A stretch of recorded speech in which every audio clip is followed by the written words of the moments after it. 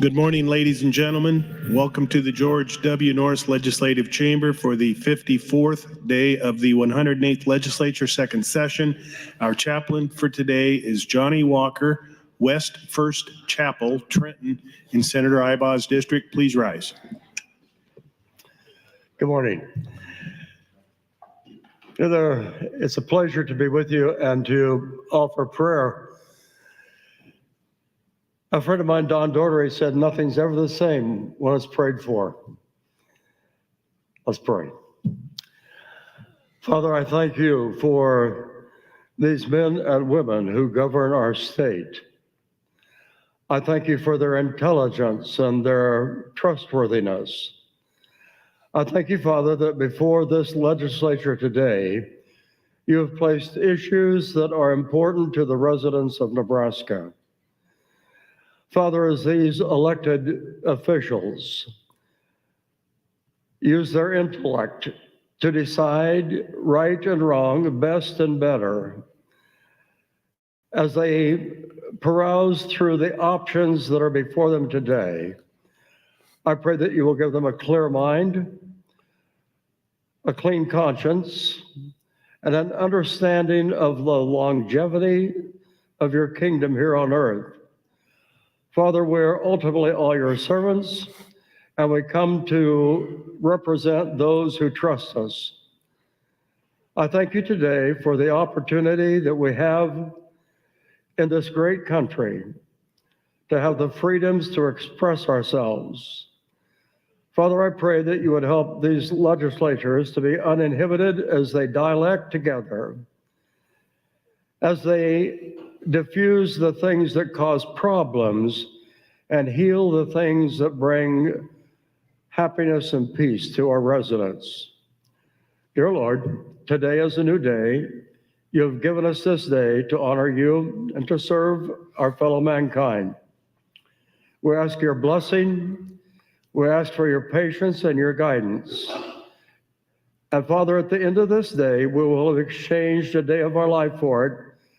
Help us not to regret the price that we have paid for it. I ask these things in honor of your Son, Jesus. Amen. Amen. I recognize Senator Lowe for the Pledge of Allegiance. Please join me in the pledge. I pledge allegiance to the flag of the United States of America and to the republic for which it stands, one nation under God, indivisible, with liberty and justice for all. I call to order the 54th day of the 108th Legislature, second session.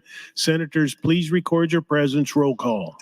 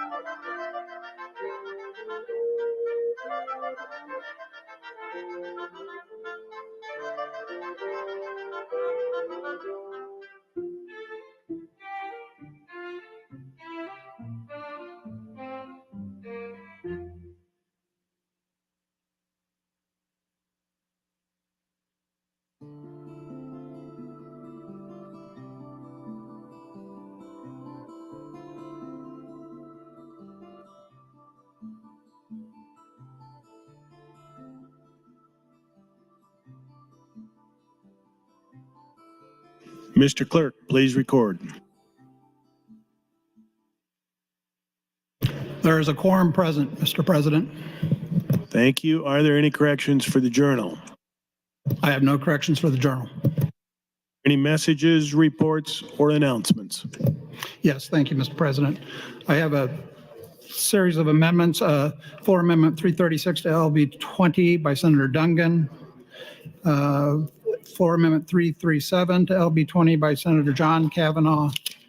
And Floor Amendment 338 to LB 20 by Senator John Kavanaugh. The Revenue Committee would report LB 1317 to general file with committee amendments. And the Executive Board will hold an executive session at 9:30 a.m. in room 2102. Executive Board at 9:30 a.m. in room 2102. That's all that I have, Mr. President. Thank you, Mr. Clerk. Please proceed to the first item on the agenda. Mr. President, general file, LB 1331.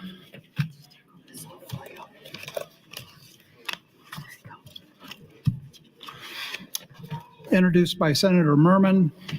The bill is an act relating to education to amend section 79, 201, 205, 206, 207, 210, 1107, 1108.03 reissued revised statutes of Nebraska, sections 79, 209, 237, 79, 8150, 10141, 1108.02, and 79, 11, 159 revised statutes cumulative supplement 2022, and section 79, 101, 238, 239, 729, 8145.01, 1054, 10150, 3501, 3602, and 79, 3703 revised statute supplement 2023 to redefine terms, to change provisions, terminologies, duties, and penalties related to truancy and attendance, to change powers and duties relating to the State Department of Education, State Board of Education, and Commissioner of Education, to change provisions relating to applications and requirements for option students, high school graduation requirements, alternative teacher certification programs, student loan repayment assistance, innovation and improvement grant programs established by the State Board of Education, the summer food service program, special education expenditures, programs for learners with high ability, behavioral health points of contact, state lottery funds used for education, behavioral awareness training, and the College Pathway Program, to harmonize provisions, to eliminate an innovation grant program established by the department, and a mental health first aid training program, to repeal the original sections, and to outright repeal Section 7911-160, Revised Statute Supplement 2023. The bill was first read on January 17th of this year. It was referred to the Education Committee. The committee reports the bill to general file. There are general file amendments, Mr. President. Thank you, Mr. Clerk. Senator Merman, you're recognized.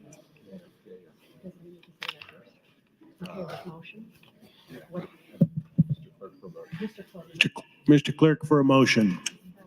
Mr. President, Senator Michaela Cavanaugh would move to indefinitely postpone LB 1331 pursuant to Rule 6, Section 3F. Thank you, Mr. Clerk. Senator Merman, you're recognized to open. Thank you, Mr. Lieutenant Governor, and good morning, Nebraskans. LB 1331 is the Education Committee's second priority bill, which represents a lot of hard work from all the members of the committee. Amended into LB 1331 is LB 1231, which was originally introduced by Senator Wayne. While originally the committee had prioritized 1331, which was a cleanup bill for the Department of Education, it became clear during the session that making sure our school funding formula worked for every student was a much bigger priority. Instead of that cleanup bill, we have struck the language and replaced it with what was LB 1231. What I want to emphasize about the committee's work is that this was a collaborative effort. I think almost everyone here on the floor is not fully satisfied with the current TIOSA formula. Some schools don't seem to get the aid they need, and at the same time, the property taxpayer gets hit harder and harder each year with their valuation. With LB 1331, per student foundation aid is raised from $1,500 to $3,000. This is a critical investment in our schools and, more importantly, for our students. I use the word investment rather than just appropriation for a reason. When we invest in our students today, we are supporting our future workforce, our future leaders, and our future families. Combined with the extra funding, this bill front loads the property tax credit to the schools. When combined with the lowering of levies from LB 388, taxpayers will see a like-amounted reduction in property taxes. So when we combine this bill with LB 388, we're accomplishing two important points: taking care of our schools and taking care of our property taxpayers. The goal of this bill and the committee is to both make sure that every student in our state goes to a well-funded school while also respecting the hard-earned dollars of the Nebraska taxpayer. That's not an easy goal, but it's an important goal that I think we all share, and through LB 1331 with the committee amendment, we're going to be doing a lot better at accomplishing that goal. With that, I want to thank all the members of the Education Committee for their work on this, especially Senator Wayne and Senator Linehan. This bill works hand in hand with LB 388.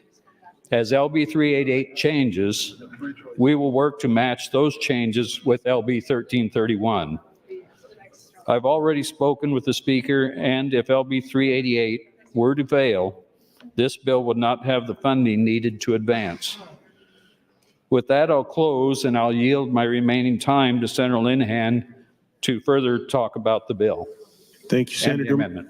Thank you, Senator Merman. Senator Linehan, you have 6 minutes, 30 seconds. Thank you, Mr. President. Thank you, Senator Merman. I want to especially thank Senator Merman and the Education Committee for working with the Revenue Committee for actually since last fall. I think it's lost on some, but I think it's important, especially when we look at these bills. I also want to thank everybody for letting us get 388 to select yesterday. I think for people who are watching and for people here in the body that might not remember, on the Education Committee, we have 4 people that also serve on the Revenue Committee.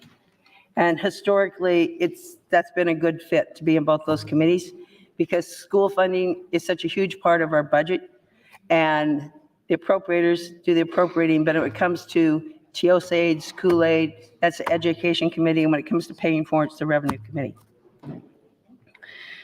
We all know there's problems with TIOSA. Unequalized schools have known there's a problem with it for a very long time, at least a decade, if not longer. Because when your valuations go up, your aid drops. It's been particularly tough on ag for the last decade. But now it is catching up in suburban and urban Nebraska. There's other problems with TIOSA. We have a lever to pull for poverty kids, free and reduced lunch kids in TIOSA. Senator Walz is well aware of this, but it only matters if you're equalized. There's no extra money for poverty in TIOSA if you're a non-equalized school. There's also good things about TIOSA that I don't think, a lot of people say, why do we do that? But if you look at the numbers, we do it because that's what people want. We have option funding in there, which means a student can opt from one school to another, one public school to another public school. And I think there's a bill this year that we can increase the number of times a student may be able to do that.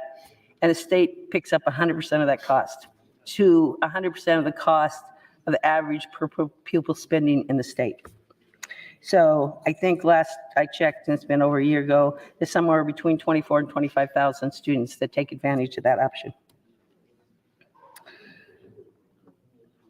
So I don't know who wouldn't love 1331. I just said to a few people a minute ago, this is a bill that provides $1 billion in new funding for public schools, and it doesn't cost anything. So I don't know who's going to vote against it. It's because the cost of it is all in 388. So I know we don't want to waste time. We don't want to, I don't know what there is even to debate about this. Clearly, since my class has been here, since all of you have come in, the one continuing drum roll we have heard, we're 47th in the nation, 48th in the nation, 49th in the nation in school funding. We heard that for decades. What we did last year, which was big thing we did last year, we moved from 42% of special ed to 80% of special ed. That's a win for everybody. Doesn't matter if you're equalized or not equalized. Every student in Nebraska who's special needs now gets 80% of their costs picked up from the state. That helps schools, it helps the taxpayer, but most importantly, it helps the children that need that help. Because I'm quite convinced when we weren't picking up that much, there were kids going out without services, and that is not okay in a state that is blessed as Nebraska. We also increased aid to all the schools, so no student in Nebraska would get less than $1,500 per student. This bill increases that from $1,500 to $3,000. Because if we don't do that, folks, and this is what I tried to say yesterday, and I'm going to hammer on today, I've punched in, I'll be asking some of you if you really understand what's going to happen in your school district if we don't pass these 2 bills. Because what's going to happen is we leave here, valuations went up this last fall. I'm just going to use Lincoln because it's in the press, most people know about it most. Valuations, Lincoln Public Schools went up 23% last year. That means their state aid is going down $30 million this next year. So in September, and that's a certified number, so there's no argument about if we don't change, that's what's going to happen. Lincoln Public Schools loses $30 million. It's certified. Their school board will meet they'll get their valuations in August. They will meet in September, and they will have to raise property taxes on property owners who are already feeling the pinch. That'll be in September, and I don't think history has told me that they're not going to say it's their fault. They're going to say, and rightfully so, the legislature cut our funding. 1 Did minute. we? Did we cut the funding? No. But did we sit here knowing it was going to happen and not do anything about it? Yes. Thank you, Mr. President. Thank you, Senator Linehan. Senator Clemens announces a guest under the south balcony, Jordan Vogler, a senior at Elmwood Murdoch. Please stand and be recognized by your Nebraska Legislature.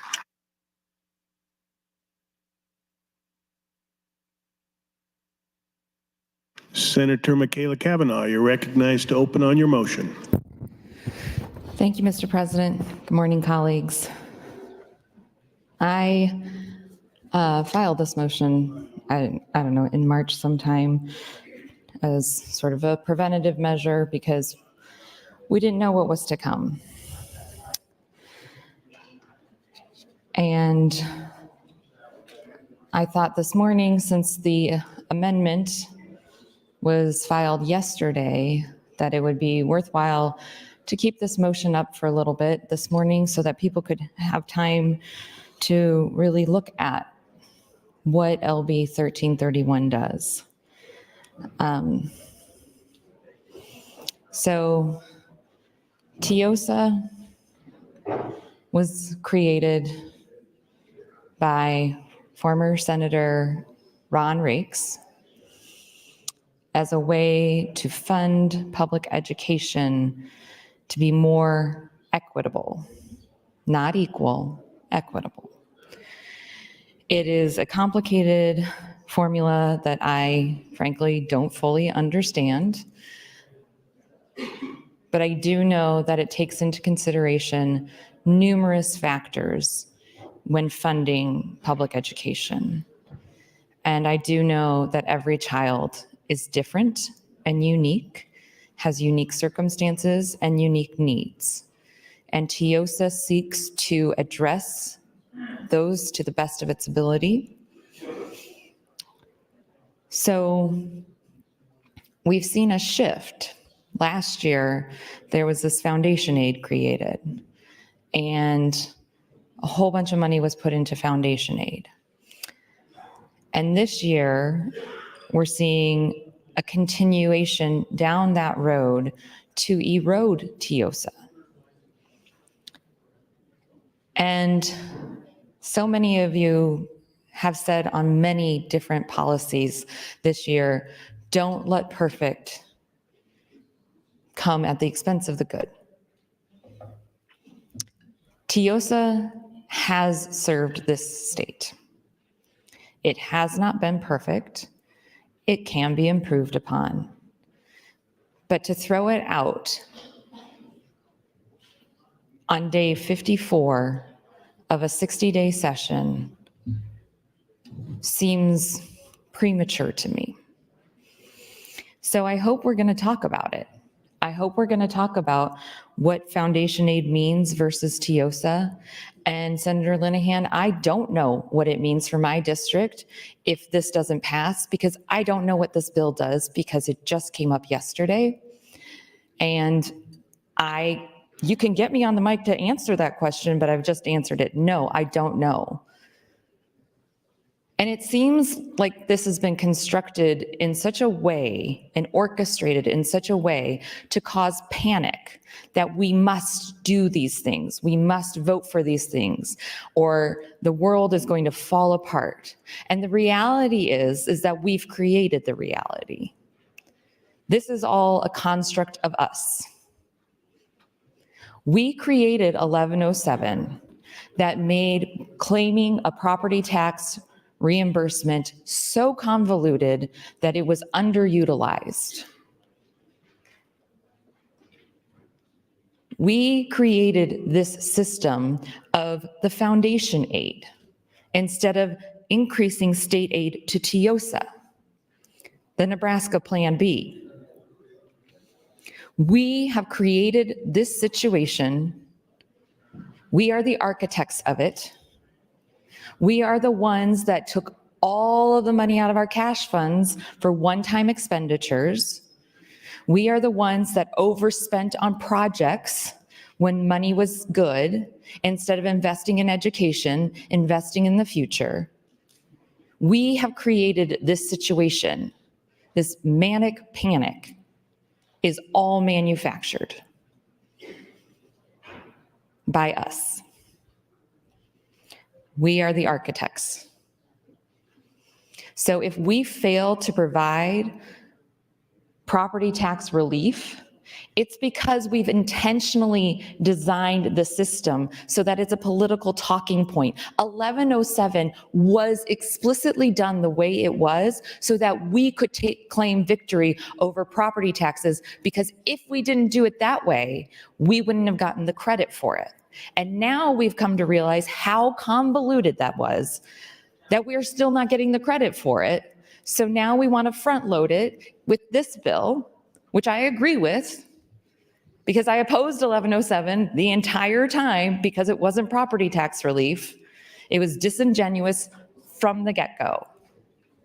Yesterday, I had a conversation with one of my colleagues off the mic about the last bill and how we have to do something. We have to do this. And I said, I have been fighting these terrible policies for 6 years. I have been fighting what has gotten us here for 6 years. And now it's manic panic. We have to. We have to. We don't have to. What we need to do is be better. Be good stewards of the taxpayer dollars. Be good stewards of public education. Stop tearing public education down. Every institution has its problems.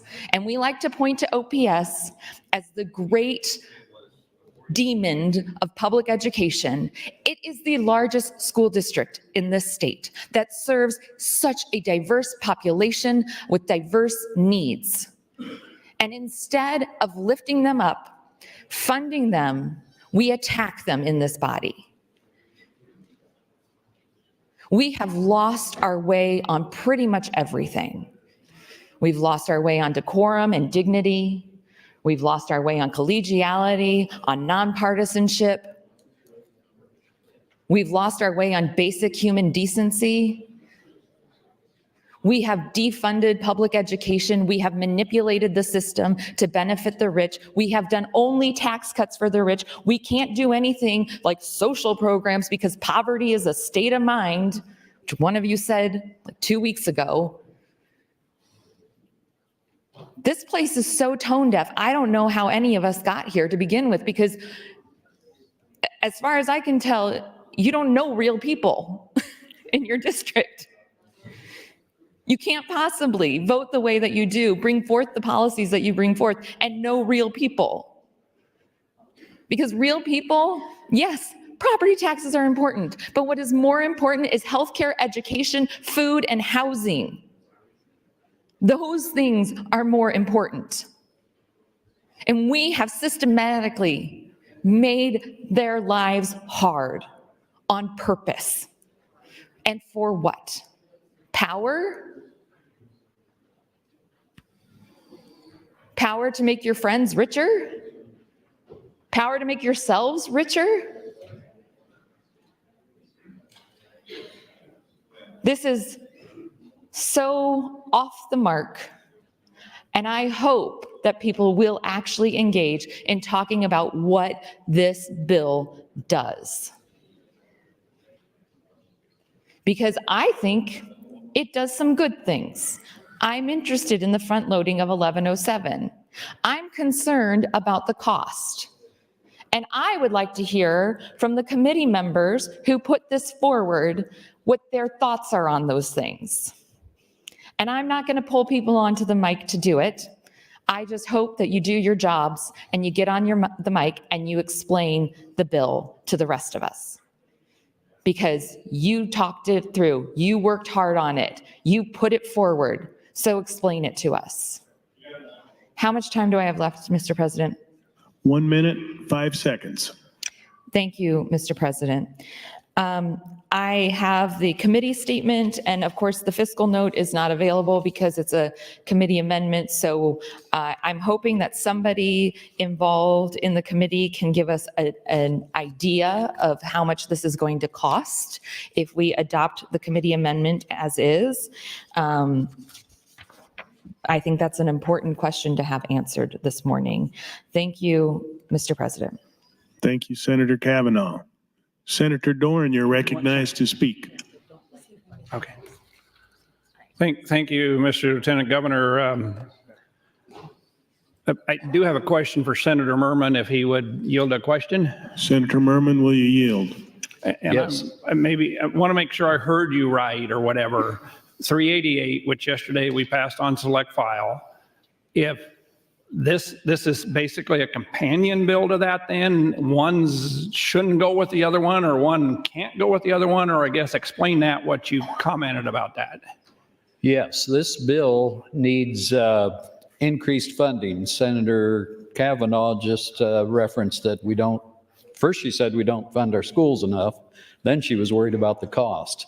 But we need a funding source so that we can increase foundation aid by $3,000 per student and then front load it. So that's what this bill does. If I understand right, this is how we're going to, if 388, whatever that decides, or if it passes on, then however that program is, then this is the avenue that I call it, appropriate those funds in then. Yes, That's Bill. we need the revenue source for this increased funding to schools to happen. Thank you for that, but I think you just made the comment there, we need the revenue source. Without a revenue source, this bill really doesn't have any revenue source. It will affect, or if it's a standalone bill and passes now, it will affect just our general funds. Yes, if it know. passes now without a funding source, it goes nowhere because it does need a funding source. Okay, thank you. I wanted to clarify that or whatever. So I will be listening. I think Senator Michaela Kavanaugh made some good points. I think we all really need to be listening here as we have conversations today about this bill and to make sure we fully understand it. This year, and I'm trying to find the number, I can't find it right now. I know our income tax, property tax credit, what we originally passed in 1107, we started out $125 million in that, the first year, 125 million. And that was increasing. And I believe either this year or next year, we'll be up to 560 million and stuff. So that's what property taxpayers in the state of Nebraska, the only way you can get that is when you submit your income tax form, or if you don't pay any, you still need to submit the forms to the state of Nebraska, and then you get the credit or you will get the payment back. So you either get the credit on the income tax you pay or you will get a refund back. And we have probably as a state, if there's one downfall for what we've done is when we passed that bill, I thought the first year we heard comments about, well, it worked so people didn't want to file because it cost more for their tax preparer to do it than what they were claiming it for, and so on, things like that. Here we are 3 years later in that bill, and we're still hearing about different numbers about different school districts that more than 50% of the dollars aren't being claimed. So trying to understand and visit with different senators on the floor I have in the past couple of weeks of, there's various reasons why. Number one is they don't want to do it. Number two is they don't understand it. Number three, it's too hard. There's multiple reasons why they're not claiming it. The fact of the matter is they are not claiming it. Just so people understand, 1107, that's an income tax credit. On our green sheet, it does not show up as revenue. It shows up as a decrease in revenue over the years. It's never brought into our budget. We don't appropriate it. So when we front load this, that's what'll happen. Instead of a decrease in revenue, we will now have all of those, if it's 550 million, thank you, 550 million, that will all come into the budget. We will all appropriate it back out. So that's the difference there. Right now it shows up as a decrease in revenue to us. So some of the things as you look at our revenue stream on the green sheet, and by the way, we had another $9 million on line, the third year column out there, a $9 million increase in our, I call it our deficit, or 400 and some million. So we did pretty good yesterday. We only increased it by 9 million, but we did increase that. But just so people understand that, 1107, that money does not show up in our budget as an appropriations. It shows up on the green sheet and is classified as a decrease in revenue. Thank you much. Thank you, Senator Dorn. Senator DeBoer, you're recognized to speak. Thank you, Mr. President. Colleagues, there's a lot to digest here.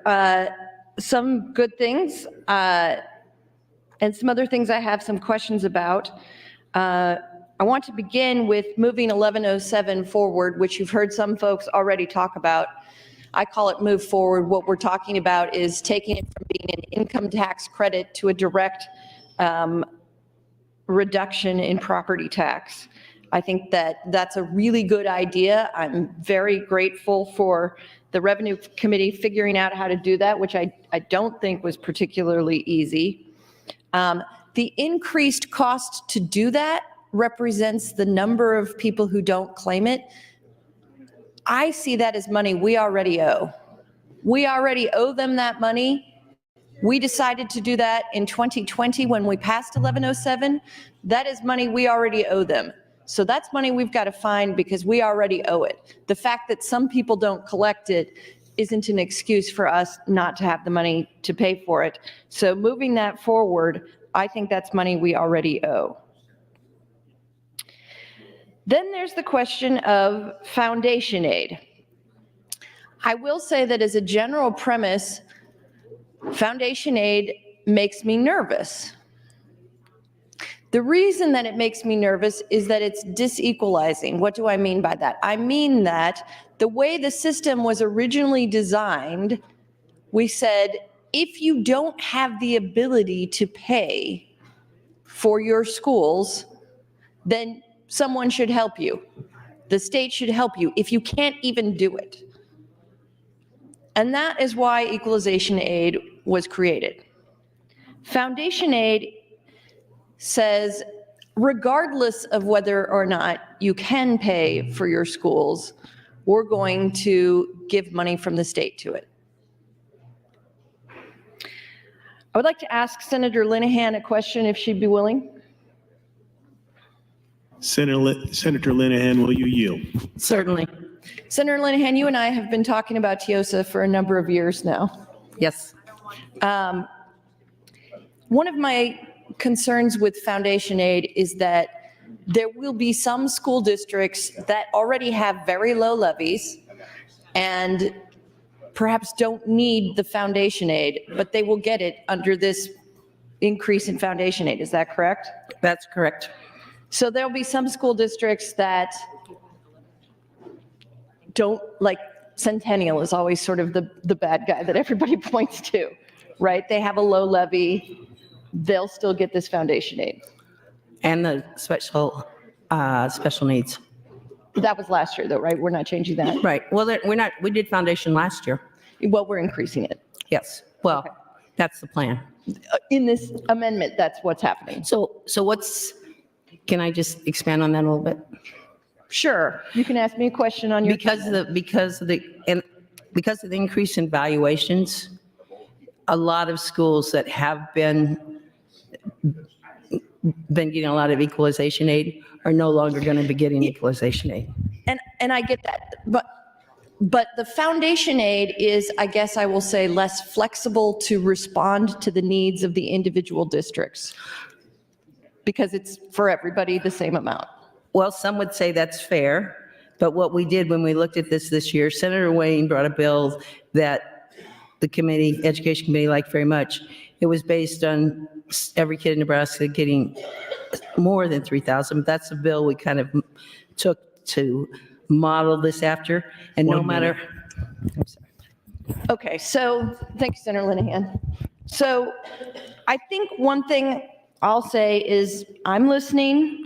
I appreciate that 40% of the foundation aid does not count within the formula resources, which will actually give people in my district some tax relief.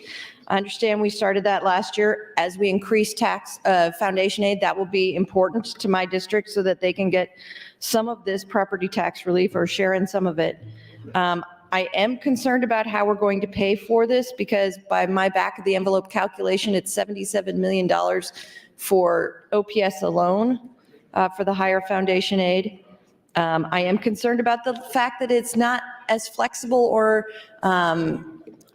it will give money to some folks who don't need it, who have low taxes already, at the same time as it will. That's your time, Senator.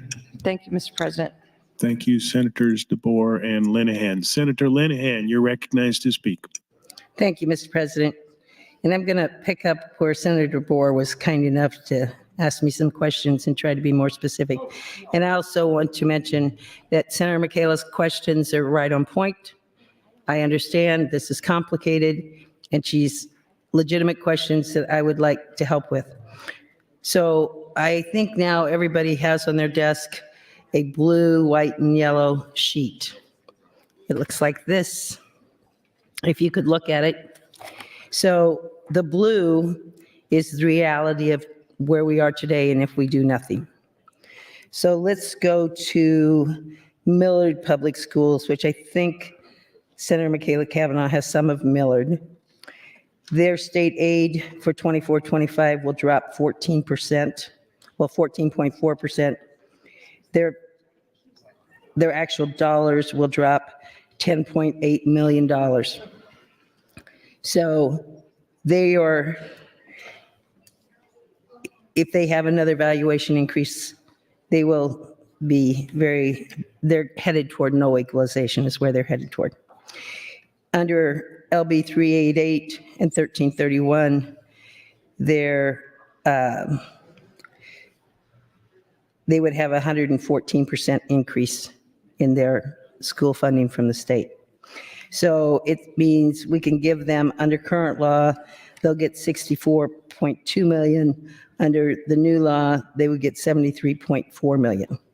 And what I was also going to say about how we got to 1331, the base of this bill was Senator Wayne's bill, he brought it toward the last of our hearing dates, and he's actually brought it every year, trying to make sure that every kid in the state gets treated fairly.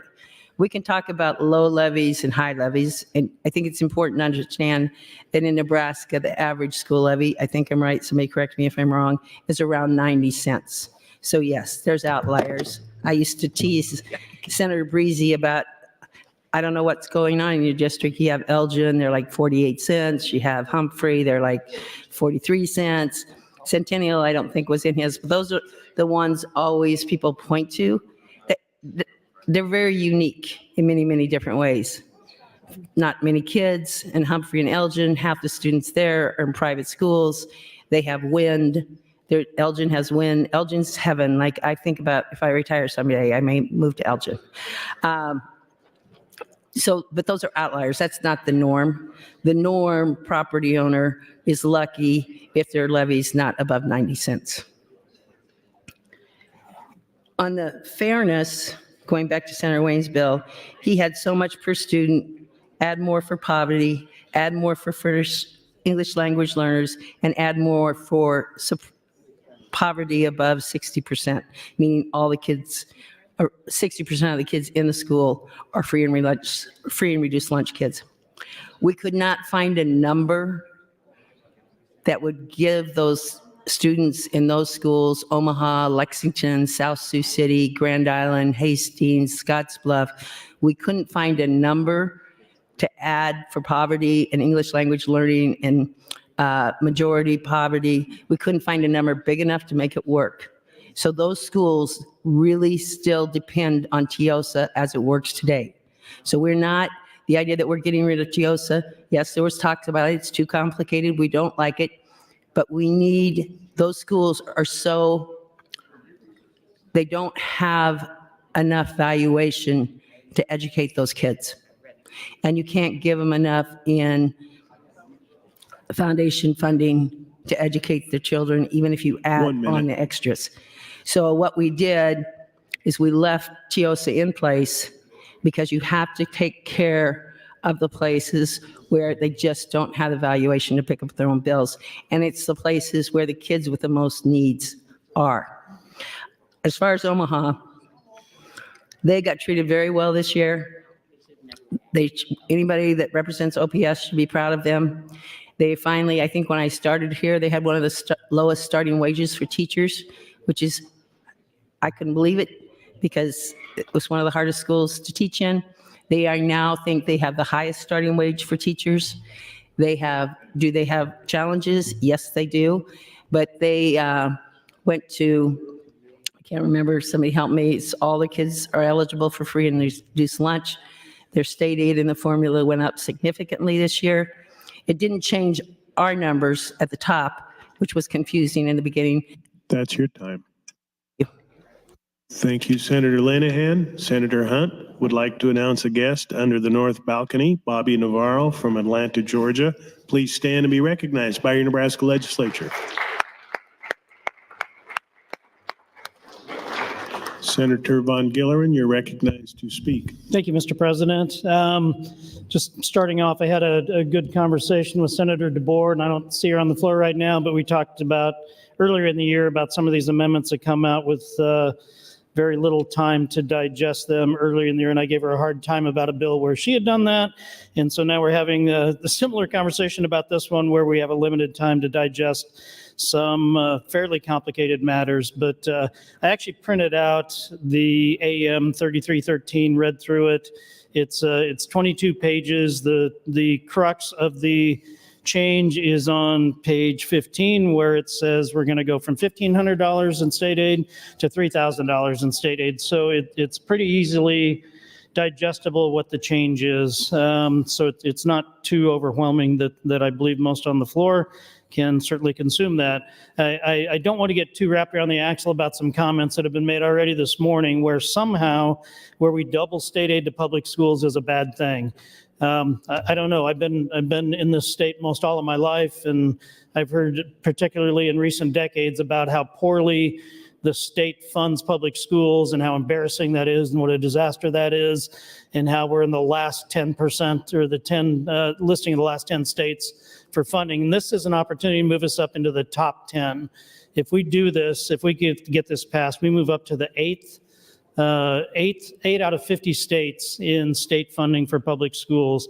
I fail to understand how that's a bad thing, but that's what was stated on the microphone a little while ago. It was stated we don't fund our schools enough, and again, we're going to double that funding. And again, I fail to see how that is a struggle to understand or to get our heads around. The sheet that was passed out, or the sheets that were passed out that Senator Linehan referenced, are very helpful. I went through and looked at my school districts. If nothing happens, if the additional state aid doesn't pass, there are several districts that are negatively impacted. Bennington will be negatively impacted if nothing changes by 28% in state funding. If 1331 advances, their state funding increases by 86%. Bennington's just outside my district, District 4. Elkhorn is within District 4. If nothing changes, their state funding will change by 1.6%. If we pass this bill, it'll increase by 203%. Millard Schools is part of District 4, which I represent.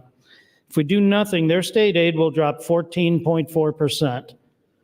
They will be off state aid within 1 to 2 years. They'll receive no state aid.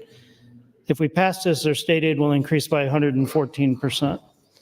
Omaha Public Schools, which Senator Linehan referenced a moment ago, if we do nothing, their funding will increase by 11.3%.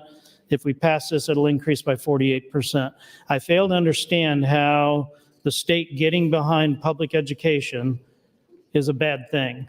If we can increase our funding to the local school districts, sure, some districts will get more than others. Some districts that have a low levy, as Senator DeBoer already mentioned, maybe don't need the state aid, but that's not what this is about. For years, we've been told, particularly by supporters, those that are adamantly and only supportive of public schools, that we don't fund our public schools to a degree that we should. And this is an opportunity to do that. So I encourage you to take a few moments. It'll take you less than 5 minutes to read the amendment, print it out or look at it online, read the amendment, make sure you understand what it does. Look through this chart and see what it does to the school districts in your area, in your legislative districts, and have a conversation maybe with those superintendents, with those school board members. Today, have a conversation with yourself if this is a bad thing to do or not. Thank you for the time. Thank you, Mr. President. Thank you, Senator Von Gillerin. Senator Conrad, you're recognized to speak. Thank you, Mr. President. Good morning, colleagues. I just want to thank Chair Merman for his candor and clarity in his opening, acknowledging that this measure can't move forward if there's not a consensus or agreement amongst the body in regards to identifying a stable and new revenue source to account for the significant increase in school funding that LB 1331 anticipates. I was happy to move the measure out of committee yesterday as a member of the Education Committee because I do believe that additional resources to public schools is generally a good thing, and it helps to reinforce the dual goals of TIOSA at its heart, which I believe it was Senator Jerome Warner actually who brought that forward. The goals were to address property taxes, to try and lessen the burden and pressure on local property taxes, and to make sure our schools were strong across the state, rural and urban. Because the vast majority of our kids go to public schools. Our public schools are a generational point of pride in Nebraska, but we also understand that simply relying upon the local property tax wasn't going to meet the needs of the state and was really hurting property taxpayers. So those dual goals have, of course, evolved and changed over time in terms of how TIOSA plays out, adjustments thereto to make sure it's more modernized, taking into account new and different challenges that schools face today that perhaps weren't on the horizon when TIOSA was first formulated. But I think overall, I want to make a couple of additional points here as well. I've had an opportunity to talk with my school district in Lincoln, which is the second largest school district in the state, and we serve a lot of kids. And my family enjoys being a part of the LPS family, and our kids have gotten a great education there. But a couple of things. LPS is fine if we stay with the status quo, the existing law. They've already got a plan for that as part of their ongoing budget. They look out, they do projections, they have cash flow mechanisms in place to mitigate fluctuations in state aid or valuations or other revenue streams. So yes, it is true that by some projections, LPS could lose TIOSA aid into the future, but that again is by design within TIOSA because they're having more local resources available through valuations and otherwise, which is of course pressure on property taxpayers. But then because they have additional local resources, then they would lose some state aid. That's how it works across the board. So would it be great to make sure that doesn't happen and relieve the property tax burden? Absolutely. And I'll go back to what I said through the course of debate on LB 388. I'm happy to talk about finding new or additional revenue sources outside of the sales tax that I think disproportionately impacts low-income working people and seniors in my district and across the state. So we can and should continue to talk about ways to address that, and I think there are other mechanisms out there. Thank you, Mr. President. The other part that I just want to clarify is that when it comes to the foundation aid, and I know it's hard to do with the short time on the mic, but for equalized districts, only part of the foundation aid would offset the property taxes. It's not exactly a one for one. The foundation aid that is counted as a resource inside the formula results in reduced state aid, so it can't be used for state aid. For non-equalized districts, all of the foundation aid would offset the property taxes. So it plays out a little bit differently depending upon what school district you're looking at and how the foundation aid is counted either inside or outside of the formula and whether or not your school is equalized. So I know that's nuanced and complex, but I just wanted to make sure to put that on the record. That's your time. Thank you, Mr. President. Thank you, Senator Conrad. Senator Dungan, you're recognized to speak. Yes, you should.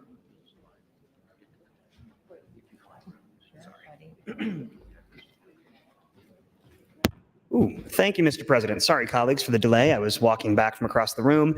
Good morning. Colleagues, I do rise, I think, opposed to the IPP motion and listening to the conversation with regards to LB 1331. For those who were paying attention and following along with the rest of this legislative session, you'll know, obviously, that I had some concerns that I expressed about LB 388, which is the revenue side of this sort of bifurcated approach to addressing property tax relief. A lot of what I said in the conversation about 388 was, I really actually do agree with a number of the proposals that have been put forward in general.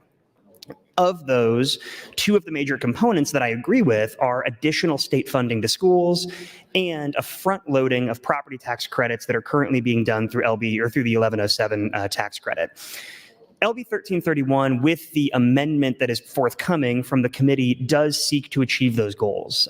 So I will say that generally speaking, I'm supportive of those ideas. I do have some reservations or concerns with regards to a couple of different facets of the bill, but I certainly appreciate the hard work of the Education Committee trying to get this done in short form and trying to get this done here before the session runs out of days. Obviously, one of the big concerns I have is funding. As I said before, I'm not for a sales tax increase, but in order to afford additional state funding for schools, obviously that money would have to come from somewhere. Those conversations are ongoing, and the question, I think, is the amount to which that money would ultimately come to. I think the amendment says that rather than $250 million per year from the general fund being transferred into the Education Future Fund, the amendment's $1.5 billion with a B, $1.5 billion per year that would have to go from the general fund to the Education Future Fund. That's a pretty big lift. And obviously, when I saw that in the amendment, I took pause and took note of that. But if we can find that money, I think that obviously trying to increase state aid to schools is important. When I was running for office and I was talking to folks in my community, one of the things that was highlighted over and over again was the desire for increased state aid to schools in order to alleviate the amount of property tax that we're spending on schools. So like a lot of things in this body, I think most of us agree on the goal. Where we tend to differ is how we get there. And what I mean by that is, what do we do in order to calculate that additional state aid? What do we do to actually provide that state aid? My belief is that we should be providing state aid to schools in an equitable manner that takes into consideration various aspects that are currently considered under TIOSA. TIOSA is incredibly complicated. People have said that already on the mic. I'm not even going to sit here and pretend to go through all of the different facets of it. But at the end of the day, what TIOSA does try to do is accommodate for various needs and resources that are afforded to different schools. So I agree that state aid is important, but I think we need to do so through an equitable distribution. An increase in equalization, I think, would be a better way to achieve that instead of a decrease in equalization. My concern, based on the numbers that I've seen, is that if we increase our foundation aid from $1,500 a year to $3,000 a year, that's ultimately going to decrease the amount of equalization for schools. Now, granted, you're going to see an increase in state aid, which is ultimately, I think, what we're all trying to do, but it does so in a way that is across the board distributing that money as opposed to an increase in the equalization based on the formulas that currently exist. So 1 minute. Thank you, Mr. President. So that's just a concern that I have. I've been asked by a number of people if I plan on filibustering or pushing this bill all day. I personally don't. I may talk. I think we can have natural conversation about it, but I will continue talking, and I would like to yield some time to Senator Brandt. Senator Brandt, you have 40 seconds. Thank you. Thank you, Senator Dungan. Because Friend Public Schools is sitting up in the balcony, I just want to tell them that under the existing plan, they received $386,000. If this plan were to pass, they would receive an additional $1.2 million. They would get an increase in state aid of 335%, which is pretty typical for a lot of the rural districts in District 32. Thank you. Thank you, Senator Brandt.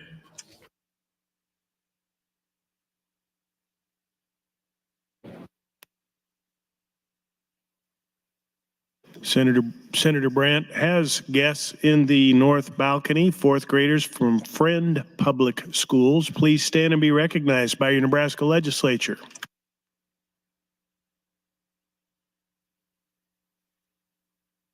Senator Slama has guests in the north balcony, fourth graders from Sterling Elementary. Please stand and be recognized by your Nebraska Legislature.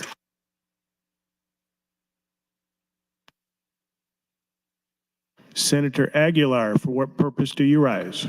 First, I'd like to request a call of the House. There's been a request to place the House under call. The question is, shall the House go under call? All those in favor vote aye. All those opposed vote nay.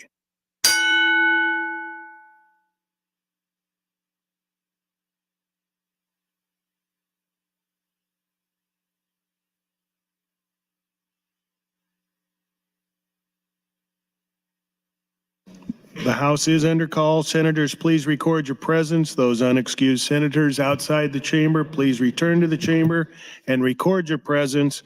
All unauthorized personnel, please leave the floor. The House is under call.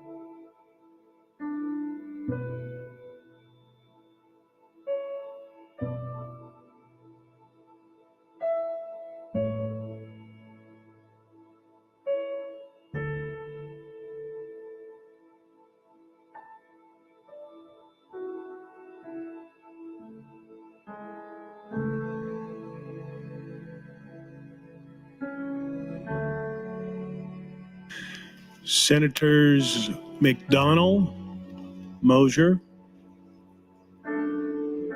please, and Von Gillerin, please return to the chamber and record your presence.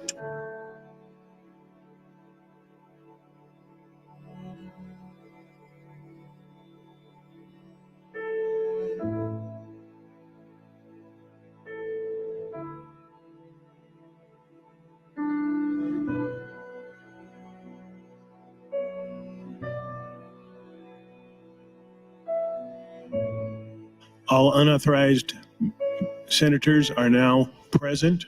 Senator Aguilar, please proceed. Thank you, Mr. President. A point of personal privilege. As members are aware, on March 19th, I initiated a complaint under the legislature's workplace harassment policy to investigate whether the conduct of Senator Steve Halloran on March 18th rose to the level of a violation of that policy. Pursuant to that policy, I appointed a special personnel panel consisting of 3 members of the legislature, Senators DeBoer, Dorn, and Ibach, to oversee that investigation. And I want to thank those members for their service. The special personnel panel met immediately after being appointed on March 19th and elected to hire the law firm of Rimbold Lutke to serve as outside investigator. Last Thursday, after the completion of the hearing on LR 335, my office was informed by the special personnel panel that the outside investigator was nearing completion of the investigation, and the investigator planned to submit a written report to the panel when the legislature reconvened on April 2nd. The report was received by the special personnel panel early yesterday afternoon and submitted to my office at approximately 4:00 p.m. yesterday.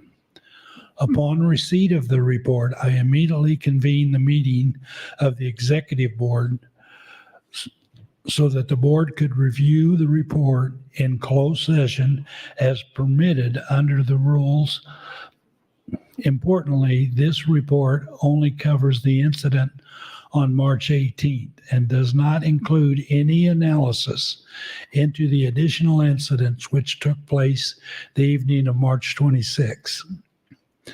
As outlined in the report, the outside investigator conducted a thorough legal analysis of the incident on March 18th, reviewing both the transcripts and the video for potential violations of the legislature's workplace harassment policy, as well as potential violations of federal and state employment discrimination law. The report also includes an analysis of both federal and state constitutional provisions that may apply in this instance, including freedom of speech under the First Amendment and the Speech and Debate Clause in Article 3, Section 26 of the Nebraska Constitution. In summary, the report found that while Senator Holloran's remarks on March 18th would not constitute a so-called hostile work environment sexual harassment claim under state or federal law, his conduct nevertheless constitute a violation of the legislature's workplace harassment policy. Specifically, the report found that Senator Holloran's remarks constituted 3 separate types of conduct that is defined as sexual harassment under the policy: verbal abuse of a sexual nature, graphic verbal commentaries about sexual activity, sexually oriented discussion. Pursuant to the findings of the outside investigator, the executive board met early this morning to approve a letter of reprimand condemning the conduct of Senator Holloran. That letter of reprimand will be read into the record by the clerk upon the conclusion of my remarks. As recommended by the outside investigator, the executive board has voted to publicly release the report submitted to the special personnel panel, and copies of the report will be distributed on the floor by the pages upon the conclusion of my remarks as well. Thank you, Mr. President. Thank you, Senator Aguilar. Mr. Clerk. Mr. President, communication from the Executive Board. During the evening debate of LB 441 on March 18, 2024, Senator Steve Holloran read from a committee transcript, which in turn was quoting a book that recounted an explicit act of sexual violence. During this floor speech, the names of members of the legislature were interjected in the passage being read. On the morning of Wednesday, March 20th, 2024, the chair of the Executive Board of the Nebraska Legislative Council announced that he had launched an investigation under the legislature's workforce harassment policy into the conduct of Senator Holloran. Special personnel panel was appointed by Chairman Aguilar, and the panel retained outside counsel to conduct the formal investigation. In particular, the panel requested an investigation into whether Senator Steve Holloran's conduct on March 18, 2024, during floor debate violated the Nebraska Legislature's workplace harassment policy and or constituted sexual discrimination, and what options the legislature may have to address any violations of improper conduct. During the investigation, outside counsel found that Senator Holloran's conduct and comments give rise to a violation of the legislature's workplace harassment policy. This finding was irrespective of Senator Holloran's post facto explanation to the media that he was referencing Senator John Kavanaugh, not Senator Michaela Kavanaugh, to get his attention. In summarizing the findings in the legislative investigative report, the outside counsel found that while Senator Holloran engaged in protected activity under the First Amendment, there are internal remedial actions the Nebraska legislature may utilize.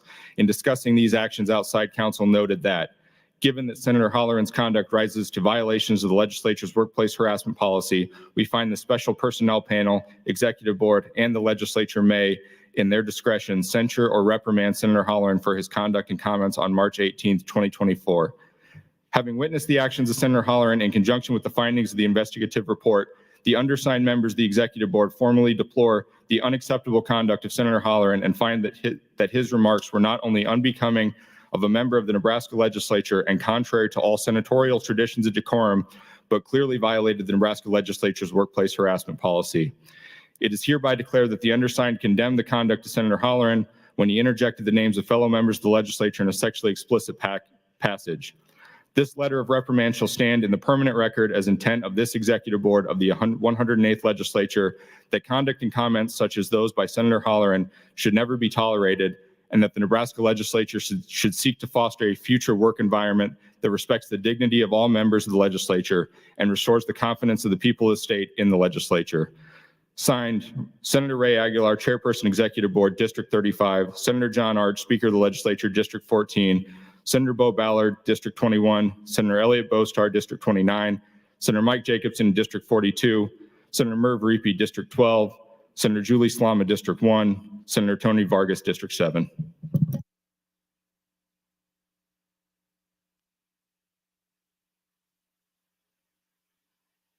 Senator Michaela Kavanaugh, for what purpose do you rise?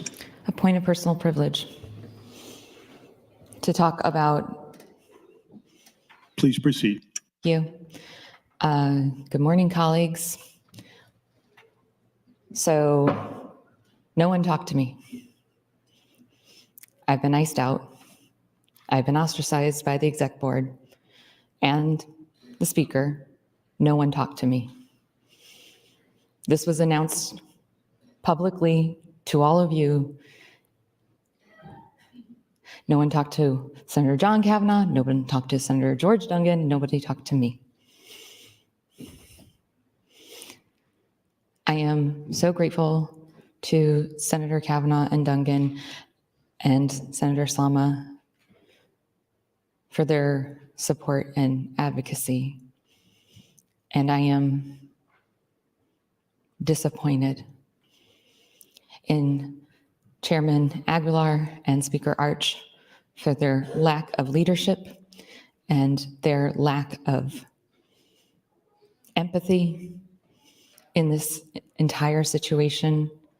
I have been left out entirely. I have had no control over any of this. No one talked to me when they filed the investigation. No one asked me if I wanted to file a complaint. No one ever talked to me. I filed the resolution because I knew that that was the only way to have anything public done. Because if I filed a motion, it didn't have to be taken up. And I am filing a motion for censure, and I know it won't be taken up, but it's the only thing left that I can do. You have failed me. You have failed Senator Dungan. You have failed Senator Kavanaugh. You have failed all victims. Thank you, Mr. President. Thank you, Senator Kavanaugh. I raise the call. Returning to the queue, Senator Merman, you're recognized to speak.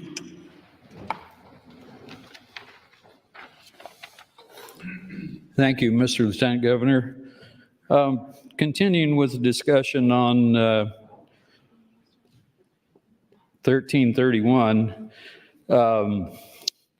just talk a little bit more about what 1331 does. It does eliminate the property tax income tax credit in 2024, and it creates the allocated property tax fund in TIOSA paid directly to school districts. So in other words, front-loading the tax credits. And schools will all be paid in the proportion for what they are taxed. So in other words, if your property parcel goes to school A, the percentage of the property you have in school A will go to that school. And this is an increase in state funding because the funding will start at $750 million, and it will increase by $30 million a year. And of course, last year or I think it was 2 years ago, we established the Education Future Fund. So that fund assures the schools that the funding is available and will be available going forward. And the allocated property tax fund is not a formula source. And then, as has been mentioned many times on the mic so far, the foundation aid to every student in Nebraska schools does increase from $1,500 to $3,000. So, it's been talked about a lot in recent years that not every student in the state received state aid. So before last year, there was 188 out of our 244 districts. I think it was 188. If it wasn't, that number is really close to that. Didn't receive, if the students in that district actually didn't receive any state funding. So with the $1,500 in state aid last year, we took a step in the right direction to correct that.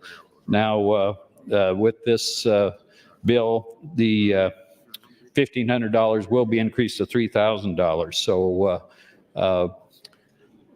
that is a good thing. We're funding every student in the state to $3,000, where just a couple of years ago, many of them didn't get any state aid. So it's been mentioned by Senator Von Gilleren that brings us up from about 46th in the nation on state aid to our schools, up to I think it's 9th. At least we're in the top 10. Maybe it's 8th, but right up there in the top 10 of funding for our schools from the state. So all of these things are big improvements to the way we fund our schools in the state and the way we do treat every student fairly. Every student at least get a good portion of, or at least part of their cost of education from the state funding. And the 1 minute. Thank you, Mr. President. $1.5 billion that's transferred out of the Education Future Fund, or will be transferred out of the Education Future Fund in 25 and 26, and each year thereafter. So that fund does protect the future funding of our schools. And with that, I'll yield the rest of my time to Senator Linehan.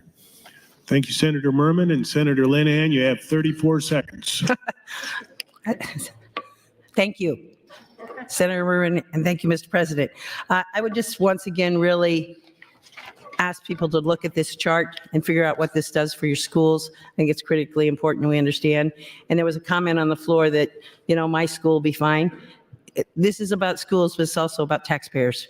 So if I know that you're right, that's the way TIOSA works. If you have the resources, you don't get state funding. But I thought that's the whole time. Okay. Thank you, Senator Linehan. Senator Hughes, you're recognized to speak. Thank you, Mr. President. I rise today to speak on LB 1331 with Amendment 3313. It's a lot of threes and ones. I think this is a great idea. I think we have opportunity to improve it on select when it's merged with LB 388. I fully support front-loading the LB 1107 tax credit toward public schools so that we can provide property tax relief.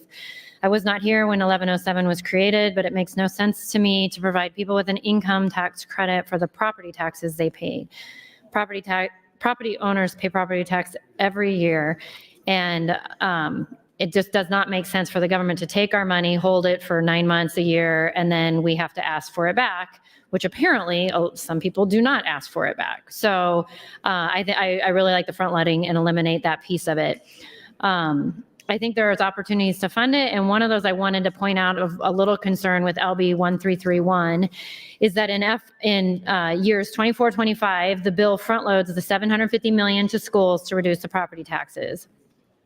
Then on section 5, subsection 3, page 15, provides for $750 million in years 25-26 plus an additional $30 million. This $30 million is then added each year after. This is great, but you got to think of the impact over time.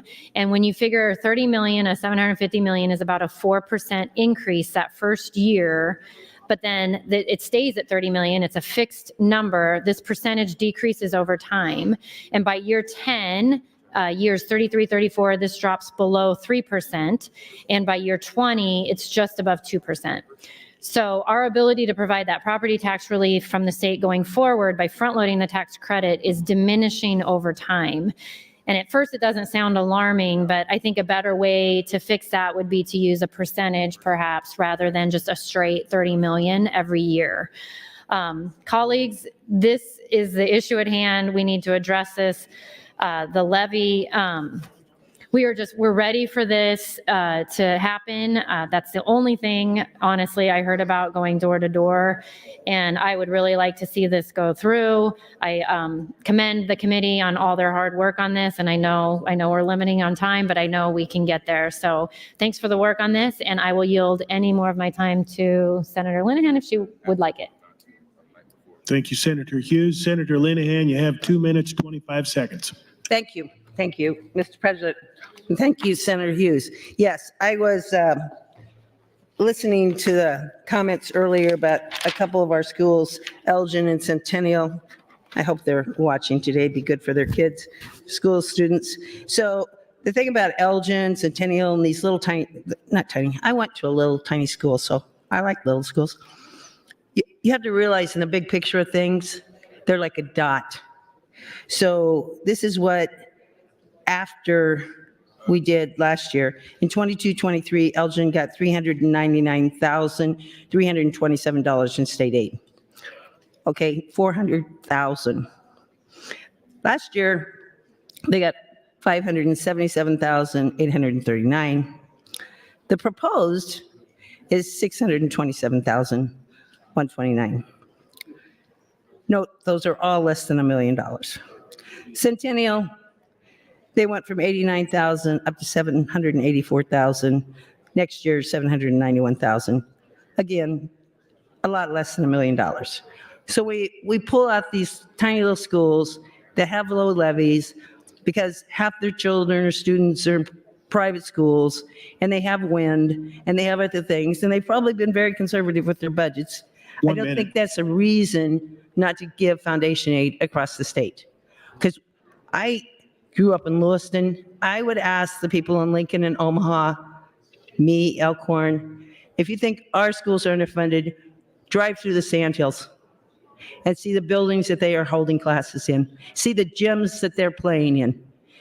Take me out to rural Nebraska and show me a school that comes anywhere close to Lincoln's new schools or to Elkhorn's new schools, swimming pools, soccer fields. I'm not saying all that isn't good, but please, let's don't stand here in the legislature and say that somehow the rural schools are like living high on the hog and we're suffering in urban Nebraska. Thank you, Mr. President. Thank you, Senator Linehan. Senator DeBoer, you're next and recognized to speak. Thank you, Mr. President. My point about foundation aid before is that it is less able to respond to the needs of the community. And I understand that sometimes these are small communities. And my point is, if we can figure out a way that is responsive to the needs of the community, that's probably better.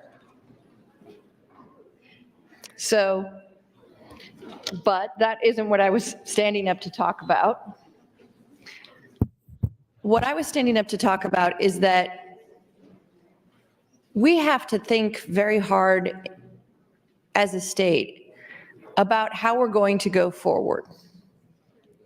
Because our state is becoming more inefficient by virtue of our demographics every year.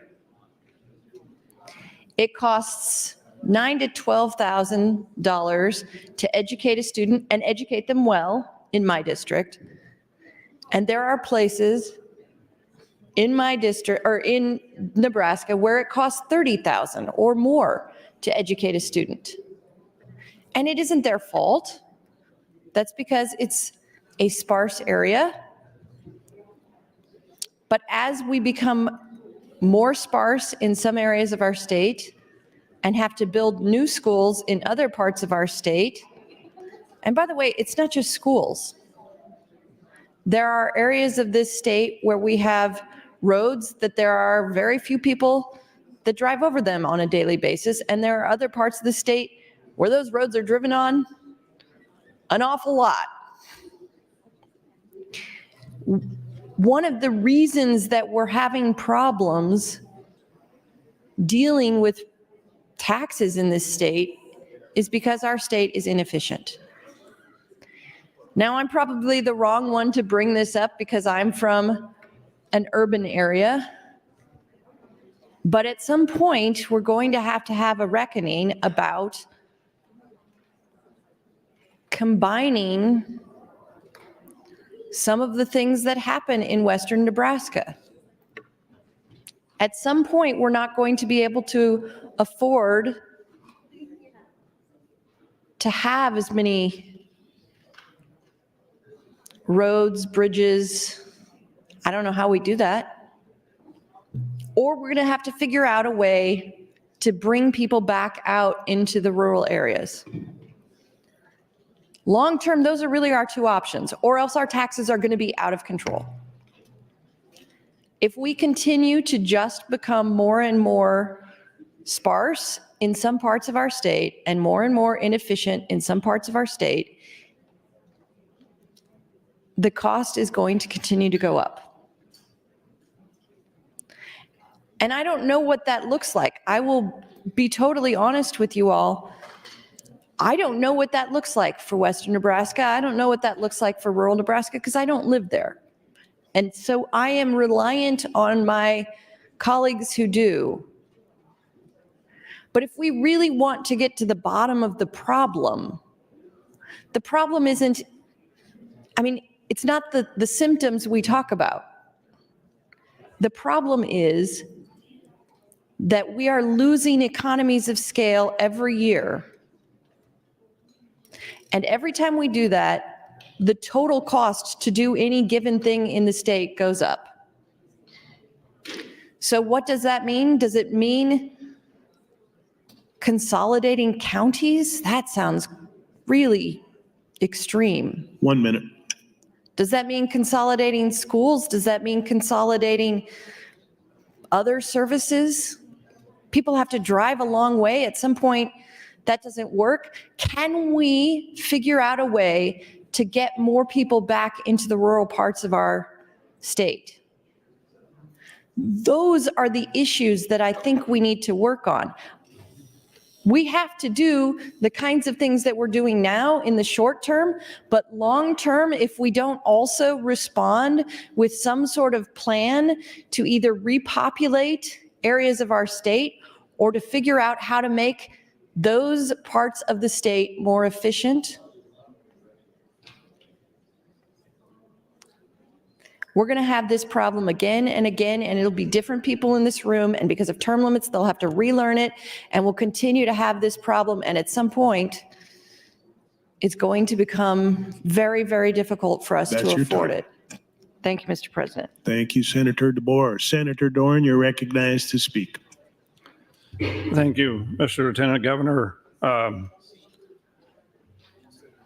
Just make one comment on what Senator DeBoer made there, that we need to figure out how to do, I call it help more in the rural areas.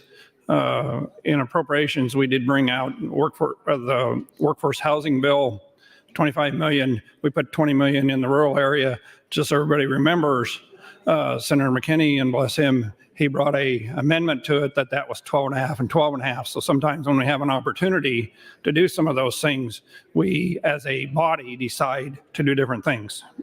Back to what I'm going to talk about though. Yesterday I talked about a guy or an individual down in Hickman, Nebraska, who had a apartment complex. He sent me some more information today, and this, I'm not trying to do anything except show that the difference in what has happened in numbers in the last 10 years from 2014 to 2024, City of Hickman property taxes have gone up 296%. Norris School District property taxes have gone up 245%. Our national inflation rate has gone up 132%. So when we sometimes talk about different things affecting different things, this is what has happened in the last 10 years. One other thing I wanted to talk about this morning, I'm trying to pull up my screen here or whatever. I did I did go and get a hold of Keisha down at the fiscal office, and she did pull up some numbers for me. This is the 1107 credits. So this is the numbers that is factored. I talked about in, and it's line 10 on the first sheet of our green sheet. It's the net receipts, and this is what is factored into the net receipts. In other words, this is what we lower those net receipts. In 22-23, that was $491 million. This is the income tax, property tax credit. In 23-24, it's $560 million. In year 24 and 25, it's another $580 million. In year 25-26, it's $600 million. And in year 26-27, it's $621 million. So that is revenue that on line 10 there, when we say net revenue, that is not, that's how it's counted on our fiscal statement. It took me 2 years in appropriations. I remember asking our state treasurer, well, where does this show up as a cost outlay, as appropriation outlay? It took me 2 years in appropriations to figure this out. So it's not easy. We do some challenging things here sometimes. This doesn't show up in the budget other than it shows up as a decrease in net receipts. That's what that income tax, property tax credit does. On the flip side of this, and I'm one of the few persons I am not for front loading the income tax, property tax credit if we don't pass some of these other things. For this specific reason, I'm assuming the number is 25% of the people or the dollars that don't get claimed. Those 25% are 140 million of 560 million. When they don't get claimed, they now go into our revenue stream, and they are now income to the state, or 140 million a year. If we don't do anything else with property taxes and we only pass that front loading, what that does is that will take away 140 million of income that the state now is getting every year because people aren't claiming them. 1 minute. We can't blame ourselves. We can blame the people for not claiming them. I often talk about that third page, the way right column. When we come back next year, if these numbers are accurate, we're 431 million in the hole. You start adding, we front load this, you start adding 140 million every year onto there, and some of these years it'll be 150 million. That pretty quick gets up to $1 billion. I'm okay with front loading, but some of these other things have to happen. But if we don't have some of these other things passed, we need to be careful about front loading this. Thank you, Mr. Lieutenant Governor. Thank you, Senator Dorn. Senator Brandt, you're recognized to speak. Thank you, Mr. President. Thank you to the Education Committee and Senator Merman for bringing LB 1331. This bill is about property tax relief. This is part of a solid solution when combined with 388. This bill is about making tax relief easier for the people of Nebraska by front-loading the money from Tier 2 or LB 1107 that we are currently going through gyrations now as taxpayers to claim and putting it on our December statement. This bill is about helping students like LPS who will no longer be equalized after next year, and they will receive a base amount of aid. So this bill helps all public students, school students in the state by increasing foundation aid from $1,500 to $3,000 a student. I want to go through a few of my schools real quick so people in the state have kind of an idea of what we're talking about here. Crete Public Schools will receive an additional $6.3 million under this bill, increasing state aid 51%. Deschler, $1.4 million additional, increasing state aid 279%. Dorchester will receive an additional $1.1 million, increasing 196%. Fairbury, a school that desperately needs equalization aid, you will increase $4.3 million, 322%. Fillmore Central, increase $2.8 million, 299%. Meridian, increase $1 million, 96%. Norris, increase $8.7 million, go up 179%. Shickley, increase $1.3 million, 377%. Thayer Central, $2.2 million, 340%. Tri-County, $2.3 million, 175%. And finally, Wilbur, it will increase $2.8 million, 231%. This is a nice cross-section of what schools are like in the state. I would like to yield the rest of my time to Senator Conrad, who sits on the Education Committee and voted the bill out to see what her opinion of the bill is. Thank you, Senator Brandt. Senator Conrad, you have 2 minutes, 25 seconds. Very good. Thank you, Mr. President, and thank you, Senator Brandt, for the additional time. I voted the bill out because I generally believe in a couple of things. One, getting more resources to our public schools helps to keep our public schools strong, ensure that they have the resources they need to teach our kids and recruit and retain top talent in our classrooms, and have the other materials and resources they need to carry out the important work of educating future Nebraskans. So I also passed out the measure in an effort to establish good faith and collaboration in understanding with the goals that my friend Senator Linehan was trying to bring forward in regards to additional property tax relief.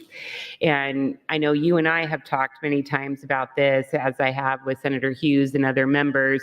There's a lot of good ideas out there to update and modernize our TIOSA program, including the Nebraska Plan, which I'm a co-sponsor of and that you've worked on for a long time, that also accomplishes a lot of our same goals of getting resources to the schools and getting a better handle on property taxes. And the more money that we send out to the schools, it helps to relieve the burden on the local property taxpayer. Senator Linehan's 100% right about that. There's no disagreement about that at all. Thank you, Mr. President. So I am grateful that that connection remains strong. Everybody understands and realizes that there's yet to be consensus on identifying either new revenue streams or existing revenue streams that can help make these additional resources to public schools possible.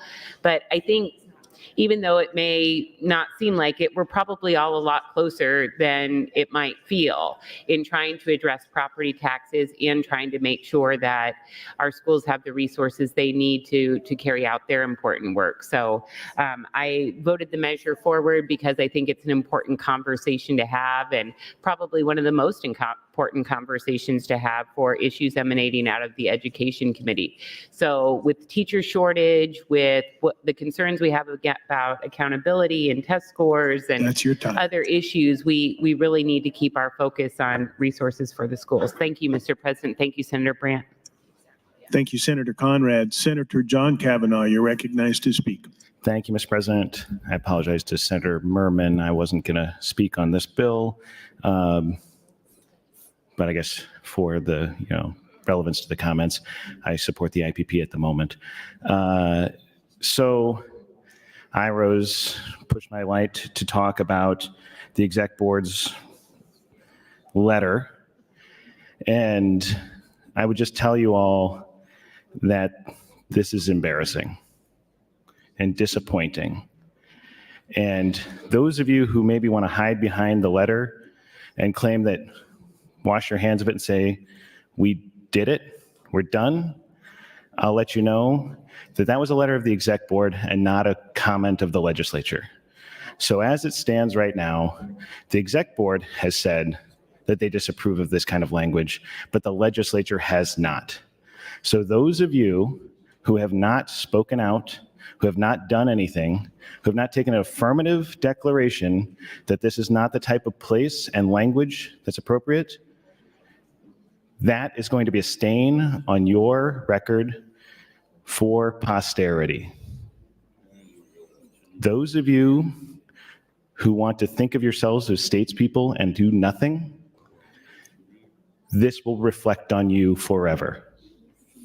There's a saying that all that has to happen for evil to triumph is for good men to do nothing. I'm not saying this place is full of good people, but I'm saying if you think of yourself as such, you are doing nothing. You have done nothing. You have enabled nothing. This place will be made worse as a result of the inaction and sweeping under the rug that has gone on here. And for the record, there was a hearing that I was invited to and said I would attend, and was not afforded an opportunity to testify. I was told I would not testify. There was this investigative committee where they supposedly interviewed some people. No one ever talked to me. No one told me. I found out about this hearing when I sat down, or this report when I sat down on my desk here. This is not how you treat people. This is not how you solve problems. This is not an appropriate way to deal with bullies.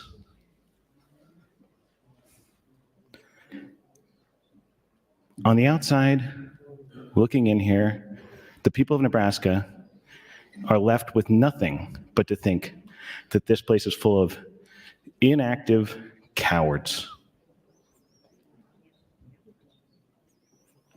It's embarrassing. We should all be embarrassed by what has transpired here. We can't bother to stand up and say, we disapprove of this language. 4 or 5 people, plus the exec board, wrote a letter. And I would tell you, I haven't read the letter, but I heard it read across. There was a lot of CYA in there, a lot of cover yourself. The exec board stating what they did, the hoops they jumped through to get to this point. This is not about a person. This is not about the people who were the subject of these comments, who you might not like, or you might disagree with politically. And it's not about the person who made the comments, who you might agree with politically, or you might like, or might be a fear of retribution. Thank you, Mr. President. This is about the language itself. It is not appropriate for this place. It's not an appropriate way to engage in debate for the people of Nebraska. So those of you who have not done anything, who have not said anything, I'm sorry for you. I feel bad for you. I feel bad how this is going to reflect on you, that you don't have the wherewithal to say, we should not talk this way to each other. We should not talk this way on behalf of the people of the state of Nebraska. So I hope you all do better. I hope you all aspire to the dignity of this office. And I hope that we do more. Thank you, Mr. President. Thank you, Senator Kavanaugh. Senator Michaela Kavanaugh, you're recognized to speak. Thank you, Mr. President. I don't really have any intentions with this bill one way or the other. I think there's some decent things in it and some things that I disagree with. I had this motion filed, and I really genuinely have appreciated people having the conversation about the bill this morning. Yes, your silence is complicit. Senator Von Gilren got up and shared something deeply personal and stood up for victims. And I appreciate that he was also standing up for me, but he was standing up for victims. Senator Slama, the same. Senator Blood, Senator DeBoer, Senator George Dungan, Senator John Kavanaugh. They stood up that morning for victims. Everyone has been silent, except for the 9 people that signed a letter trying to have my motion, my resolution sabotaged. Senator Albright, Senator Lippincott, Senator Hardin, Senator Kauth, Senator Merman, Senator Bosselman, Senator Brewer, Senator Erdman, Senator Clements. You've all introduced bills that I disagree with, and I have never demanded that they not have their public hearing. How disrespectful to the institution.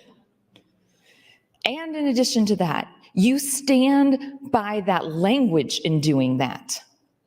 And every single one of you who sits in your seat now and doesn't say anything stands by that language. You stand by it. You stand by another senator demanding a sex act be performed by another senator on the microphone.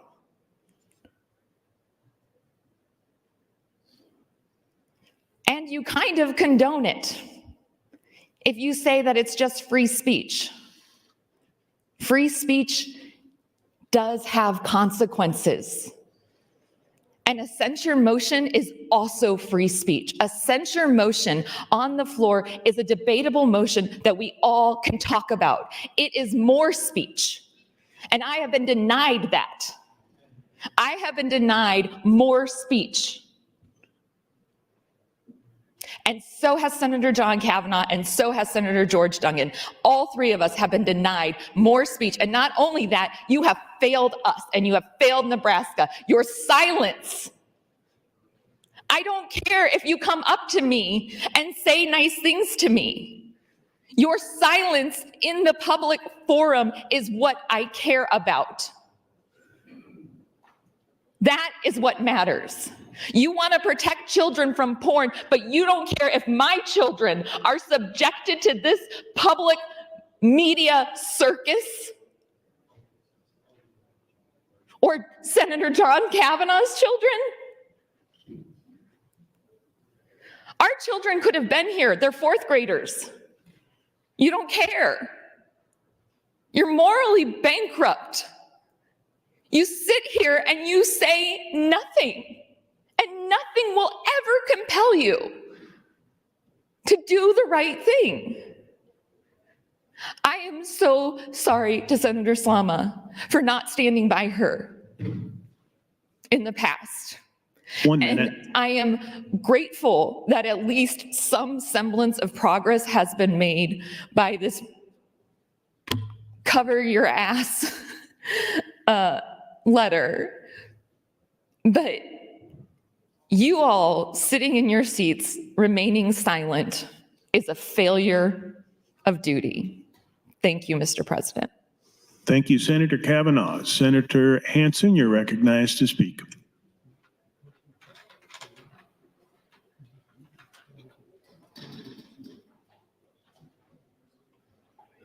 Senator Linehan, you're recognized to speak.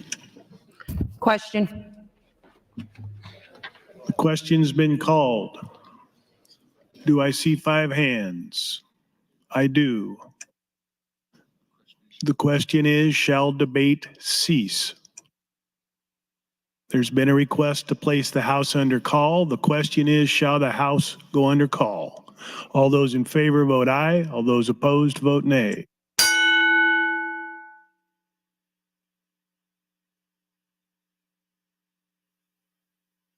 Record, Mr. Clerk.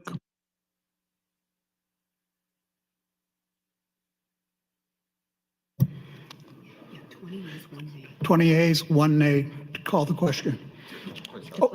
The House Place is House under call, I'm sorry. The House is under call. Senators, please record your presence. Those unexcused senators outside the chamber, please return to the chamber and record your presence. All unauthorized personnel, please leave the floor. The House is under call.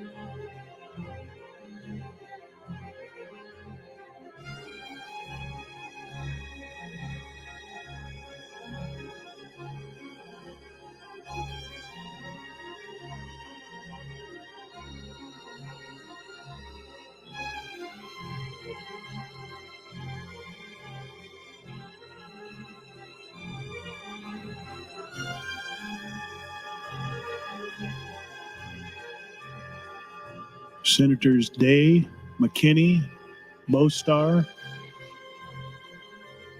McDonald, and Dungan, please return to the chamber and record your presence. The House is under call.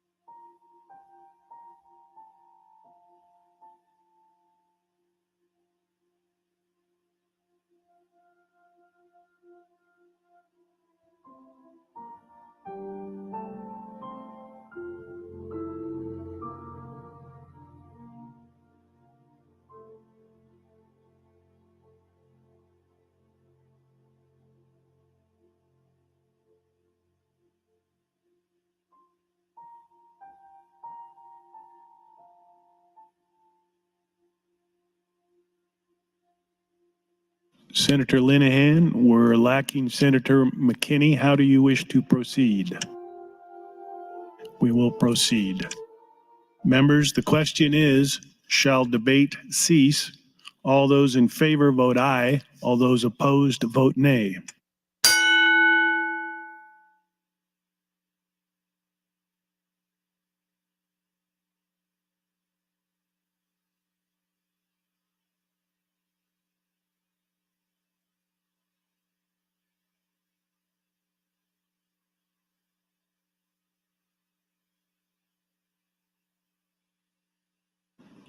Record, Mr. Clerk. 34 ayes, 2 nays to call the question, Mr. President. Debate does cease. Senator Michaela Cavanaugh, you're recognized to close. Thank you, Mr. President.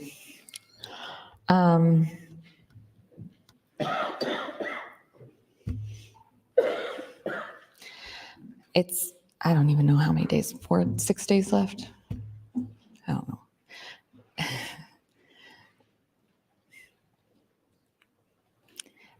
I'm concerned about the trajectory that we are on with our policy making.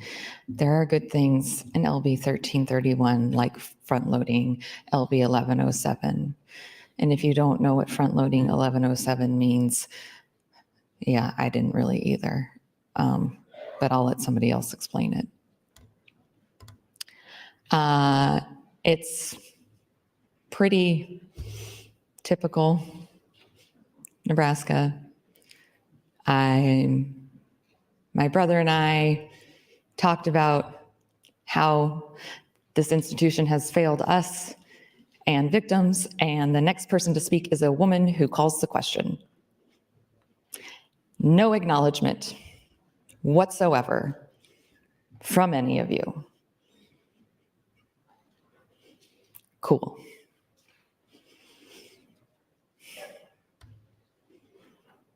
It's just this train wreck just keeps happening. It's like a loop where every 15 minutes is another train wreck. I already had a complete breakdown last week. A complete breakdown on the microphone. And it has really shown, the last 2 weeks have really shown me that when people say that this is a family, this is not a family I want to be a part of. because you all are abusive to me, because you all know that I approach everything with the best of intentions and integrity, and that I want to do the good work for this state, and you are abusive to me.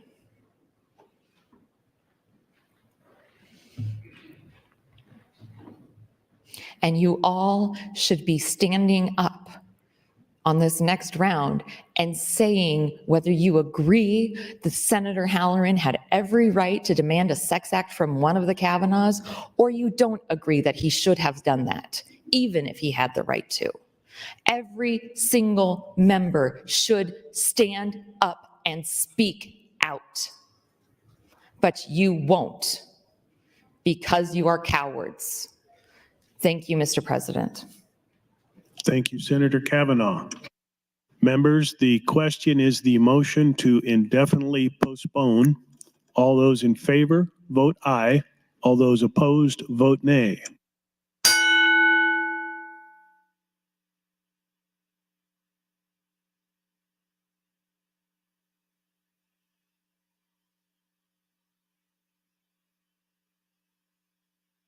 Record, Mr. Clerk. 0 ayes, 36 nays on the motion to indefinitely postpone, Mr. President. The motion fails. I raise the call. Senator Decay would like to announce some guests in the north balcony. Managers from the NREA of Nebraska representing public power utilities in northeast Nebraska. Please stand and be recognized by the Nebraska Legislature.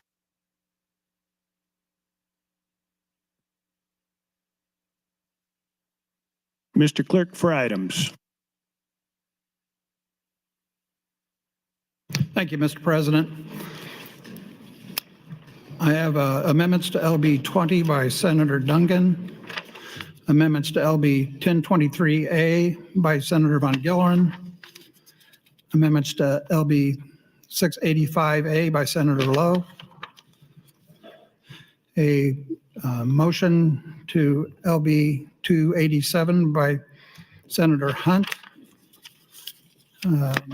Actually, a series of another motion to LB 287 by Senator Hunt. A motion to LB 541 by Senator Hunt. A motion to LB 541 again by Senator Hunt. Another motion LB 541 by Senator Hunt, and motion to LB 541 by Senator Hunt. Notice committee hearing from the Agriculture Committee. And I have legislative resolution 464 by Senator Slama. That will be laid over. Legislative resolution 465 by Senator Albright. That will also be laid over. And LR 466 by Senator Albright. That will also be laid over. That's all I have, Mr. President. Thank you, Mr. Clerk. Next item on the agenda. Mr. President, Senator Michaela Kavanaugh would move to reconsider the vote to indefinitely postpone LB 1331. Thank you, Mr. Clerk. Senator Michaela Kavanaugh, you're recognized to open. Thank you, Mr. President. I'd like to yield my time to Senator Dungan. Senator Dungan, you have 9 minutes and 50 seconds. Thank you, Mr. President. Colleagues, I want to take just a moment to talk about what Senator Kavanaugh's, both of them, were discussing earlier. As many of you know, my name was obviously wrapped up in this entire issue with regards to the LR and the harassment and things that took place here a few weeks back. I find myself in something of a strange position because I don't feel as though my name was sexualized in the same way that the Kavanaugh's name were, but certainly I was implicated in that, excuse me, and I was a part of the LR conversation that had happened with regard to censure, and so I just wanted to take a moment to stand up and talk about that. Colleagues, we need to do better, and I said that before, but we absolutely have to do better, not just for ourselves, not just for our colleagues, but for the people who are paying attention to what we do here. So I missed the last 35 minutes because I was downstairs talking to a group of students from Lincoln. I was talking to a group of high school students. And when I talk to students about what I do here, I get really excited. And I really enjoy sharing about my job because I frankly love the opportunity to come here every day and be a state senator and represent my district. I love representing LD 26, and I love coming here and getting to be a part of these conversations. But there is a downside to this job, and I think a lot of times it is what is said behind closed doors. I think a lot of times it is the undercurrent of sexism that we hear from each other, and we need to do better. Men in this body need to do better standing up to other men in this body. And I will be the first to say that I'm not always perfect about it. I will be the first to say that I mess up. That when I hear people say things that I think are offensive, I don't always say something back. And that's wrong. Because that's what lets these things continue. And the fact that we don't stand up as a body to say more often that the words that are said are wrong permits them to continue. And so I certainly think that what was said by Senator Halloran was wrong. I'm willing to stand up here and say, Senator Halloran, I think what you said was wrong. I certainly will say that we need to, in the future, do better with regards to holding ourselves accountable. And we certainly need to do better with regards to holding each other accountable, even when we're not on the mic. We can't just say that we're upset about things when we get caught. We have to say we're upset about them when they happen in the hallways, in the offices, in the back rooms, in the senator's lounge. We need to make sure that we're saying to each other, these things are unacceptable.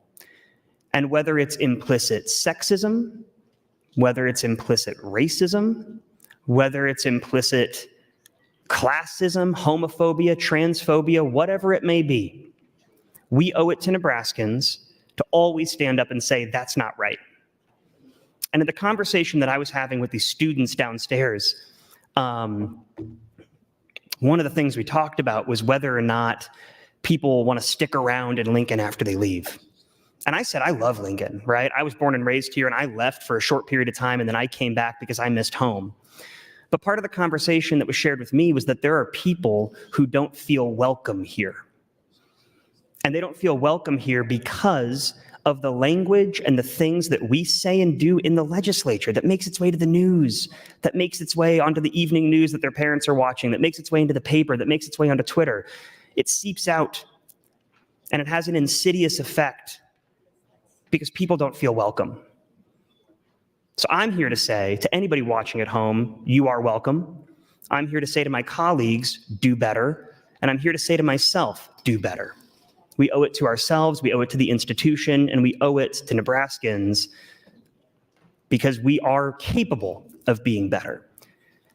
And I live by the creed, generally speaking, that no person is as bad as the worst thing they've ever done. I am not saying that anybody here is bad, but I am saying that actions are bad. And with bad actions should come accountability.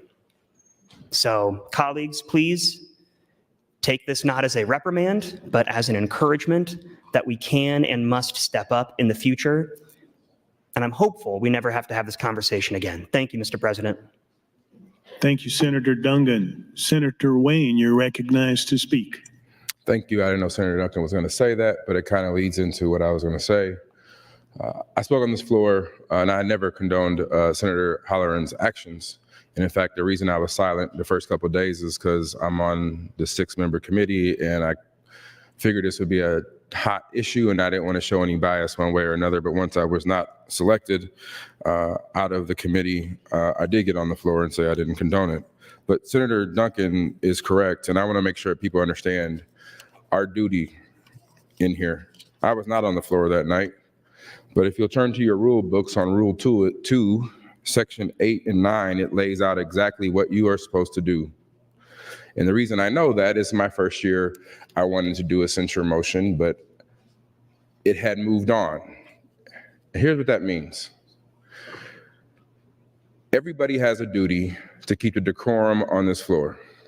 Everyone has a duty to make sure we are addressing each other respectfully, et cetera, et cetera. You do that by immediately calling that person to order, and everything stops. There's no more debate. You have a decision to write down the words and file a motion, and the clerk has to read them out loud, and it is debated immediately. It stops. But even if you look up Mason Manual and our rules, once you pass that, that is a pre-request for a censure motion. My point in saying that is, that night, Senator Michaela Cavanaugh, the entire body failed you because you have to do it immediately. This is what attorneys do every day in a judiciary that says you have to object at a evidentiary hearing or anything you hear say, whatever it is, immediately or it is waived. Nobody objected. In fact, there were 4 other people who talked before Senator Cavanaugh talked. Senator McKinney and I were actually in my office trying to work on the bill that's coming up for him today when we were watching. I think Senator Armendariz was down there too. And we started coming up. But then, based off of what I was told, it moved. So I want to be clear. And for all my colleagues, that played out last year when Senator Slama did it to Senator Michaela Cavanaugh. When Michaela Cavanaugh was using the word genocide, she stopped debate, said it was out of order, and filed the motion. So we all failed you, and I'm admitting that. I wasn't on the floor. I'm still losing weight, but I couldn't get up here fast enough. And I'm not making fun of it. I'm saying we all have an obligation every time we are on the mic. We ought to make sure we're using our words properly and professionally. But then everybody who is still here has an obligation to hold that person accountable, and that is the tool. Those 2 rules are the tool. And maybe people didn't know that night, and that's why I'm saying it. That moving forward, that is the rule you have to use, or we have to change our rules. If you're not quick enough to think about something, maybe you add it to a legislative day, like we do the reconsider motion. But that's how you do it. And like I said, I wasn't planning on Senator Duncan talking about this. I really wasn't planning on talking about it, but Senator Duncan said something, and I was like, maybe people don't actually know how to do it. So I want to be clear about that. Now I'm actually going to turn to what I was going to talk about, which was the underlining bill. But I wanted to make sure Senator Cavanaugh knows that I was clear that I did speak up, but I was delayed because I have an ethical obligation to the committee I serve on. 1 minute. To be impartial. What I was going to say about the underlining bill itself is I just had to send a correction. Actually, it was really simple. I wasn't even getting up to talk about this, and I wrote it down so I didn't mess it up. And then I lost the note, what I wrote it on. Well, it was actually, TIOSA was passed in 1990, LB 1059, and it was Senator Scott Moore, and it was there's 2 other senators, and I wrote it down because I always forget the other 2. I just remember Scott because Scott was at UP when I was there. With him was the other one, thank you, Senator DeBoer, and there was one more, Dusk, some last thing. But I know there was talked about on the mic, and I just wanted to correct their record, but then we kind of went this other direction, and I just wanted to speak on that because I wasn't sure if people actually knew how we're supposed to hold each other accountable. Thank you, Mr. President. Thank you, Senator Wayne. Senator Day would like to announce some guests in the north balcony. 4th graders from Whitetail Creek Elementary in Omaha. Please stand and be recognized by your Nebraska Legislature.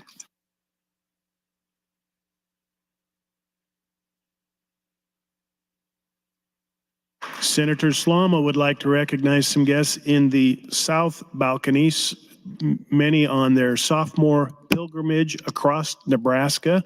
Please stand and be recognized by your Nebraska Legislature.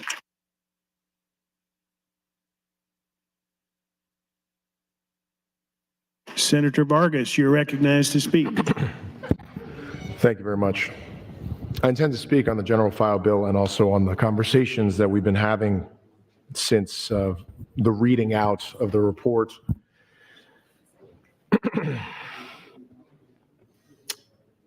Part of the reason I've waited until this time is I serve on the executive board, and I do care about process. I'm not saying it's always perfect. In this instance, there are a lot of things that I disagree with in terms of process and that I think we should have done differently. But I wanted to make sure to stand up because as one of the members of the executive board, outside of the chair, I want to make sure it's clear that I do believe that we have the right to free speech, but it doesn't come without consequences. Senator Halloran's remarks were hurtful. They were offensive, both to members of the legislature and the institution itself. His comments and conduct should not be tolerated, and it is unacceptable conduct, which is the same language that is in this letter, by the way. I do support Senator Slama and Senator Michaela Kavanaugh's efforts to hold him accountable, also through the LR. I've stated I support the motion to censure, her LR, and the letter of reprimand. I'm the only one that can say that for myself within the executive board. I can't speak for the executive board.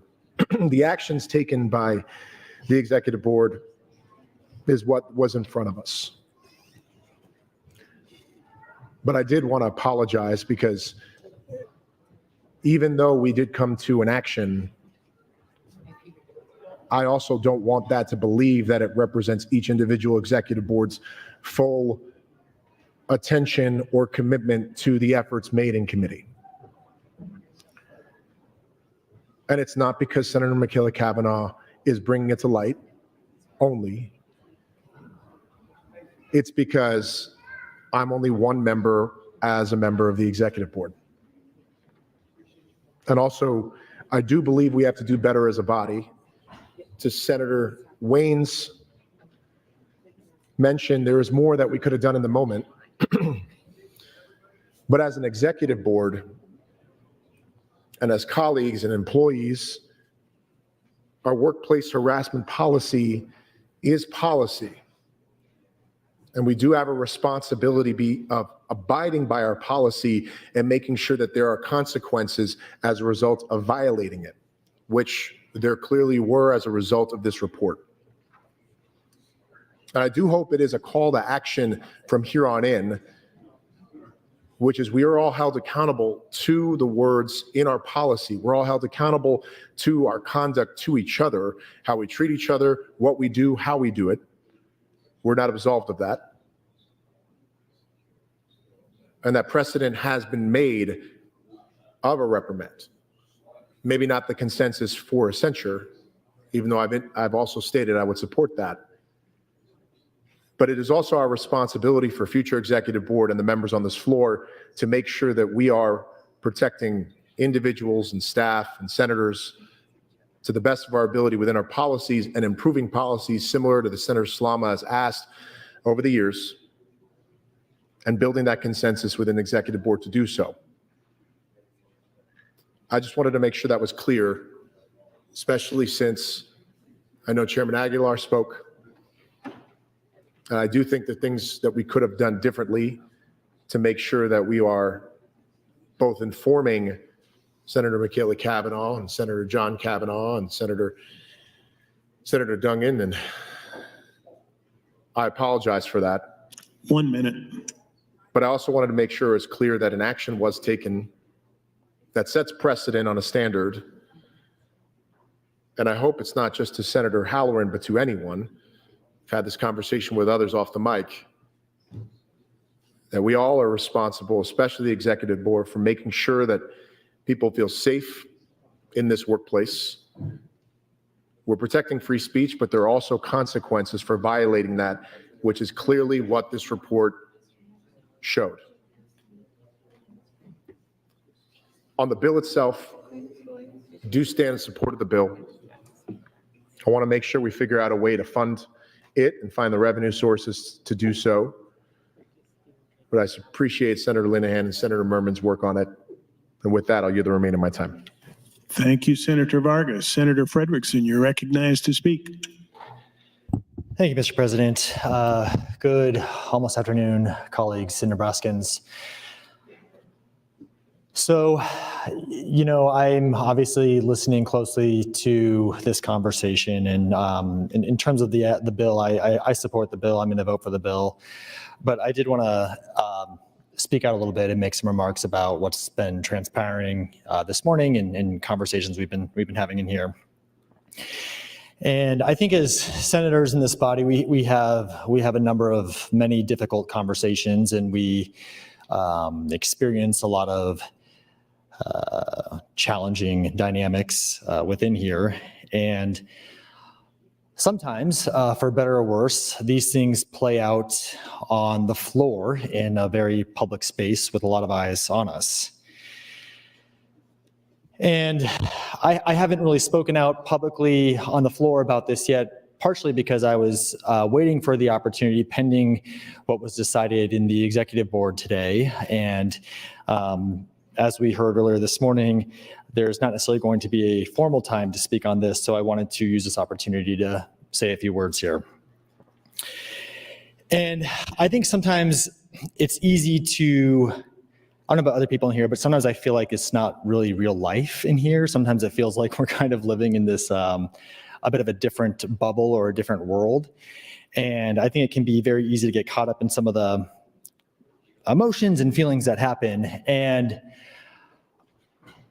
I would implore all of us to take a step back and really think about what transpired that night in here.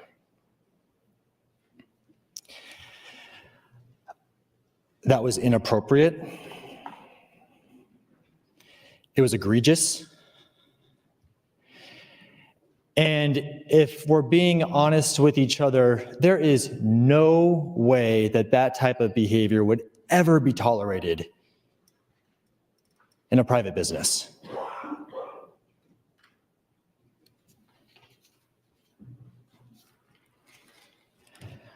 And I believe, I genuinely believe the majority of members in this body don't think that what happened was right or okay.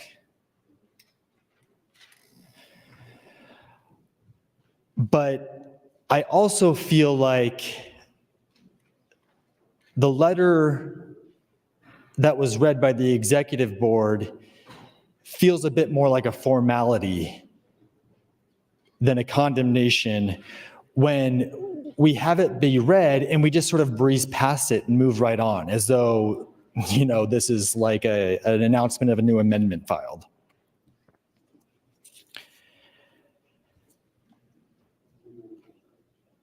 Say what you will about Senator Michaela Cavanaugh, but she is a very hard worker. She knows probably more about this place, about process, about rules than probably 95% of us in here. And she deserves respect, just like everyone else in this body.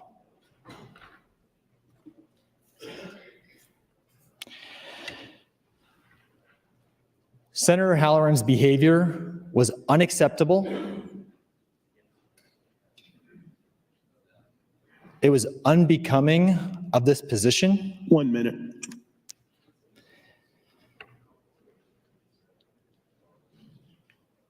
And it is a blemish on this institution.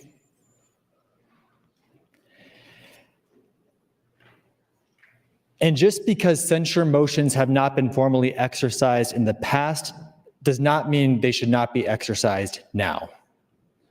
Under that logic, any behavior can continue to go.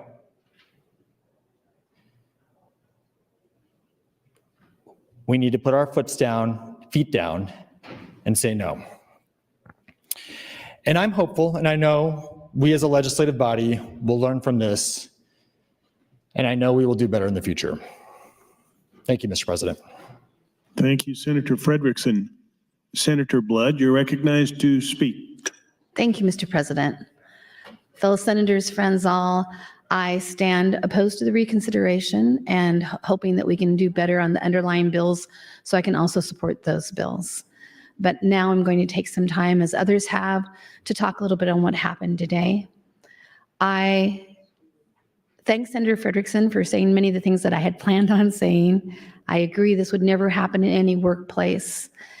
You could not say those words to somebody and keep your job. And I can tell you that when I came into this body 8 years ago, I felt like we went back in time 30 years ago.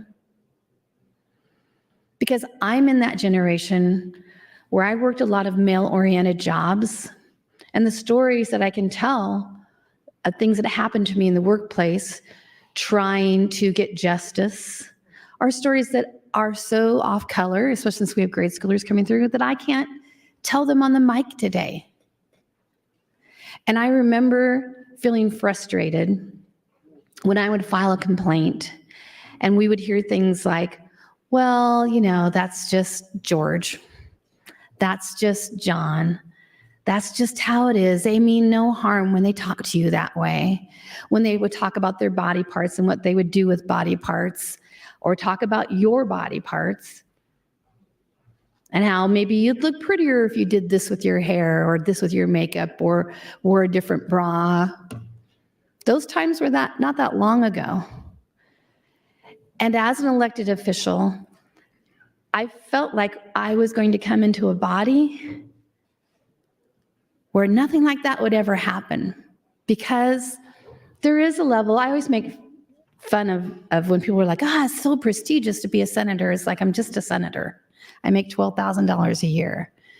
But there is a certain level of prestige that I expected when I came into this body, and was sorely disappointed to see that we didn't really have an HR policy. And until recently, we really didn't have anything except really a workplace harassment policy.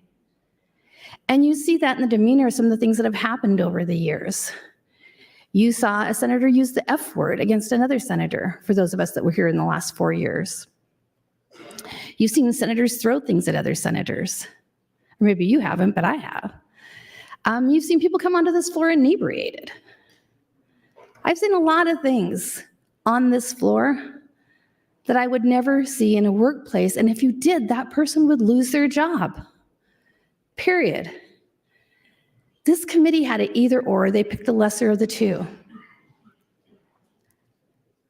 No matter how you frame it, and it was framed by Scott Voorhees on KFAB, and I got lots of emails on that, say, no, it's about the book.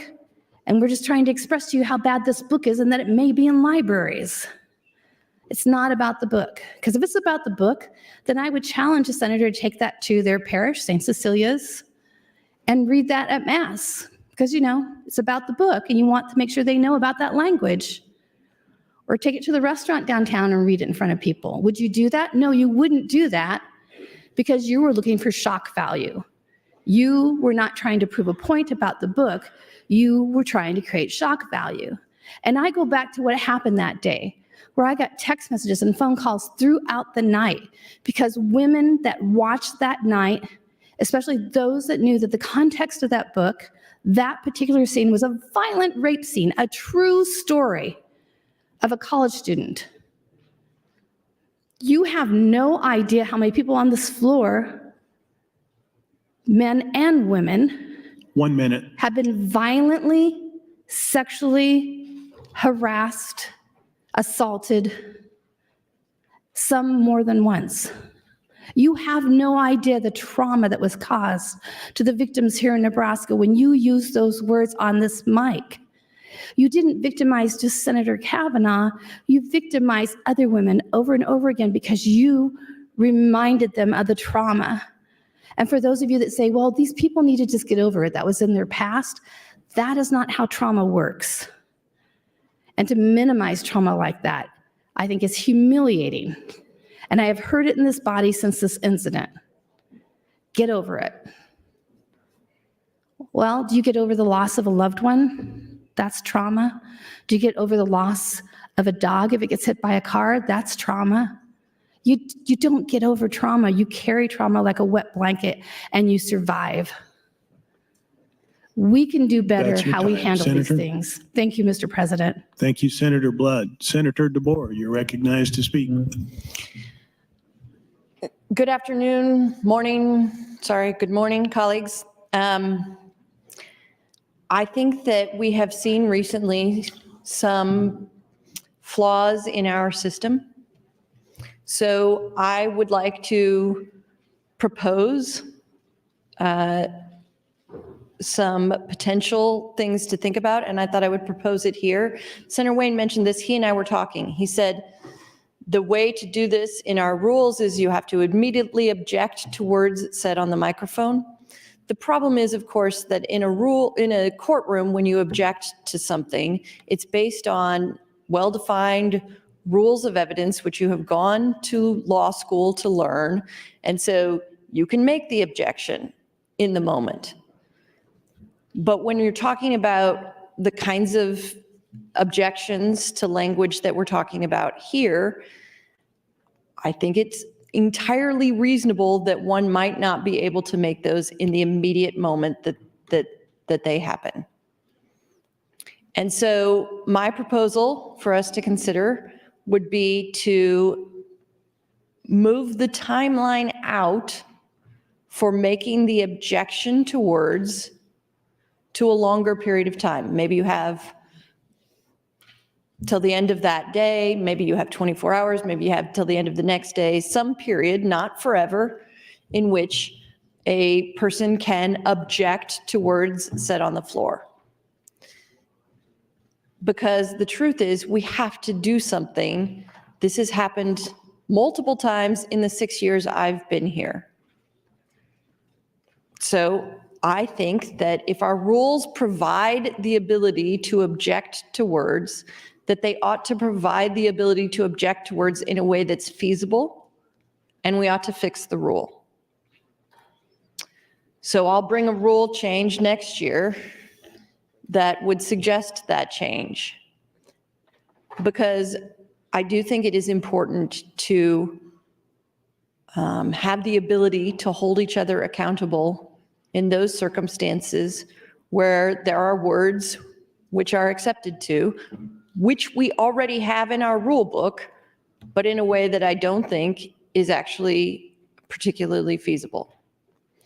So we can decide as a body next year whether or not we would like to make our rules in that way work better. But I think we should learn from the difficulties that we've had here that our rules don't work as currently written. That particular one anyway. So I would suggest that we take a look at that one again, because actually when it happened to Senator Slama, I was one of the ones who stood up back then, because I do think that we ought to hold each other to account. So I also served on the Ethics Committee. I may even have been vice chair of the Ethics Committee. It was my LR a couple of years ago, or it was a joint LR of mine, Senator Slama's, and I can't remember who else, a few years ago, to look at our HR rules. One of the recommendations that we made was that we hire someone to do some of this work for us that has some expertise in that area. And I think we should really strongly think about that, colleagues, because clearly we could put them to work. In the time that I've been here alone, we've had to hire outside counsel to do this twice. Maybe a third time that I can't think of, but at least twice. So I think that there is some work to be done. And if it's happening to senators on the floor, I suspect that in the quiet places of this legislature, it's happening to young staff members as well. So I think we ought to do something, and I think we ought to hire someone who is specialized in that to work on these issues. I wish it were not necessary, but I believe it is. Thank you, Mr. President. Thank you, Senator DeBoer. Senator Hunt, you're recognized to speak. Thank you, Mr. President. A lot of the things that Senator DeBoer said are along the lines of what I was planning to say. You know, I'm not a First Amendment expert or scholar. I'm not an attorney. I'm not a civil rights attorney. We have people in the body who have experience with things like that. So I don't know I don't know how enthusiastic or supportive I feel about rules governing speech in the body in general.